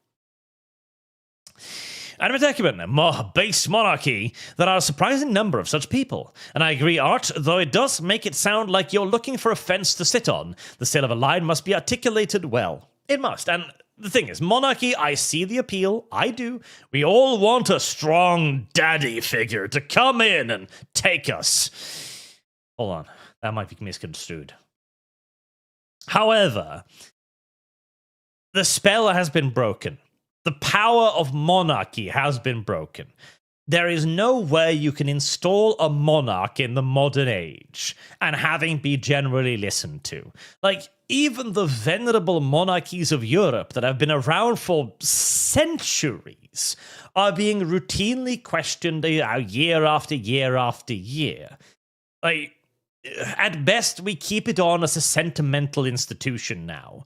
The only way that a monarchy could rise is if somebody unbelievably competent, unfathomably charismatic would rise up and basically construct a monarchy for us. And that's gonna be hard. Basically, what I'm saying is we need the rise of a grand wizard to cast the spell again. Oh, that could be misread as well. Alvazorin, you need to be 35 to get power in the US. 35 is the minimum age for president. Magnus the Red, hello Sagan and Arch. First time catching the stream live. It is sad watching society eating itself over the different ideas which led to violence. We need to move back to neutrality. Milking farm. I agree. We need the tyranny of neutrality, ruthlessly enforced upon everyone. Luke Stewart, again, thank you so much. I was worried that you wouldn't like it. Again, thank you so much. I was worried you wouldn't like it. 3 times. Animate Acumen, also congratulations on finishing the video in a single stream. Usually too much to chew. We must embrace our hobbies, least we are lost to wrath. MJ Bull, what exactly has Vorsh won? And even so, do you want to be like Vorsh in the end? No. But I'm just saying, even a broken clock is correct twice a day. Dan Z. Jargon, thank you for overseeing my radicalization. Cheers, you're very welcome. Marksman, Old Guy series, is about an AI tank, one of the oldest AI in an era where humanity went extinct and our AIs carry the mantle of humanity, colonizing the stars, making art and pondering the universe. Oh, and blowing up any alien that looks at human space. That does sound funny. So Jard, lads, it's the nose tribe behind multiculturalism. If the happy merchant weren't doing what they were doing, most of the problems we have wouldn't exist. So Florida Man, with what Gen Zs have seen over the years, Caesar's Legion starts to look like an appealing option. I've always been pro Caesar's Legion. Luke Stewart to Carl and Art. Sorry, my last message decided to double up, but I was a bit worried when you got to Andrew Tate. You wouldn't like that. Enigma, I miss when D&D was just about mapping out a dungeon. Now these are hardly any dungeons. It is if they turned Mighty Max into Polly Pocket. Well, of course, because it's not about telling stories anymore. It's about telling your story. And there aren't any dungeons in real life. Marksman, all Super Star Wars Crimson Sky fun today. That's 11 total through Streamlabs. I did the math for you, Arch. You're welcome. Thank you. I will add that to Crimson Skies. Sujard, only natives should be allowed to hold political office. Foreigners should never be allowed to vote, let alone hold office. Must be at least 2 generations before you can vote. I do agree. Akabans doesn't even need 1998. 2005 is good enough. A 2005 birthday got 10 lati, a bit more than $20 at a time, and to buy some amount of stuff I bought now, I would need more than 50 euros. Enigma, ever played Executive Assault 2? Think Sins of a Solar Empire, but you can have a second player run around as an FPS player. I have not, but I do like those kind of FPS RTS hybrids. MJ Bull, 5156, I am into the US Civil War. Early on, was that whenever an army was being routed, they would start yelling about being betrayed. Sounds a lot like this guy griping about dorks. Enigma, we already have Black D&D, it's called Dark Sun. Mercenaries anyone? Dogsuit, Arch, one Mama Oko's last night stream. Watch. Dark Innovator. Hail Arch, have you played the game Vane? It's like a 3D version of Zomboid, since it's your next Sunday co-op game after Biotrauma. I have not, no. Mercenary, watch as someone melts down over Lumi. A sigh. Psycho Star. The dissatisfaction and rage will be palpable when Gen Z realizes the millennials are the boomers to their Gen X. The size difference means society will edge towards millennial concerns. Contro dim art. You like psychotic women to your own detriment. Recolonize it. You can change for the better. No. I like women that look like they would upset me in many ways. I've always liked women that can upset me in many ways. That's been my primary fetish since youth. I will cling to this for as long as I can. Animate acumen. No, I have hated most modern games for over a decade. Dispatch is an honest attempt at a good game, happily purchased. And with that, we have gotten all the way through at an end. Thank you very much, everyone, for watching. Thank you for your generous donations, as always. And I will see you all again soon. Until then, chat, have a very good night.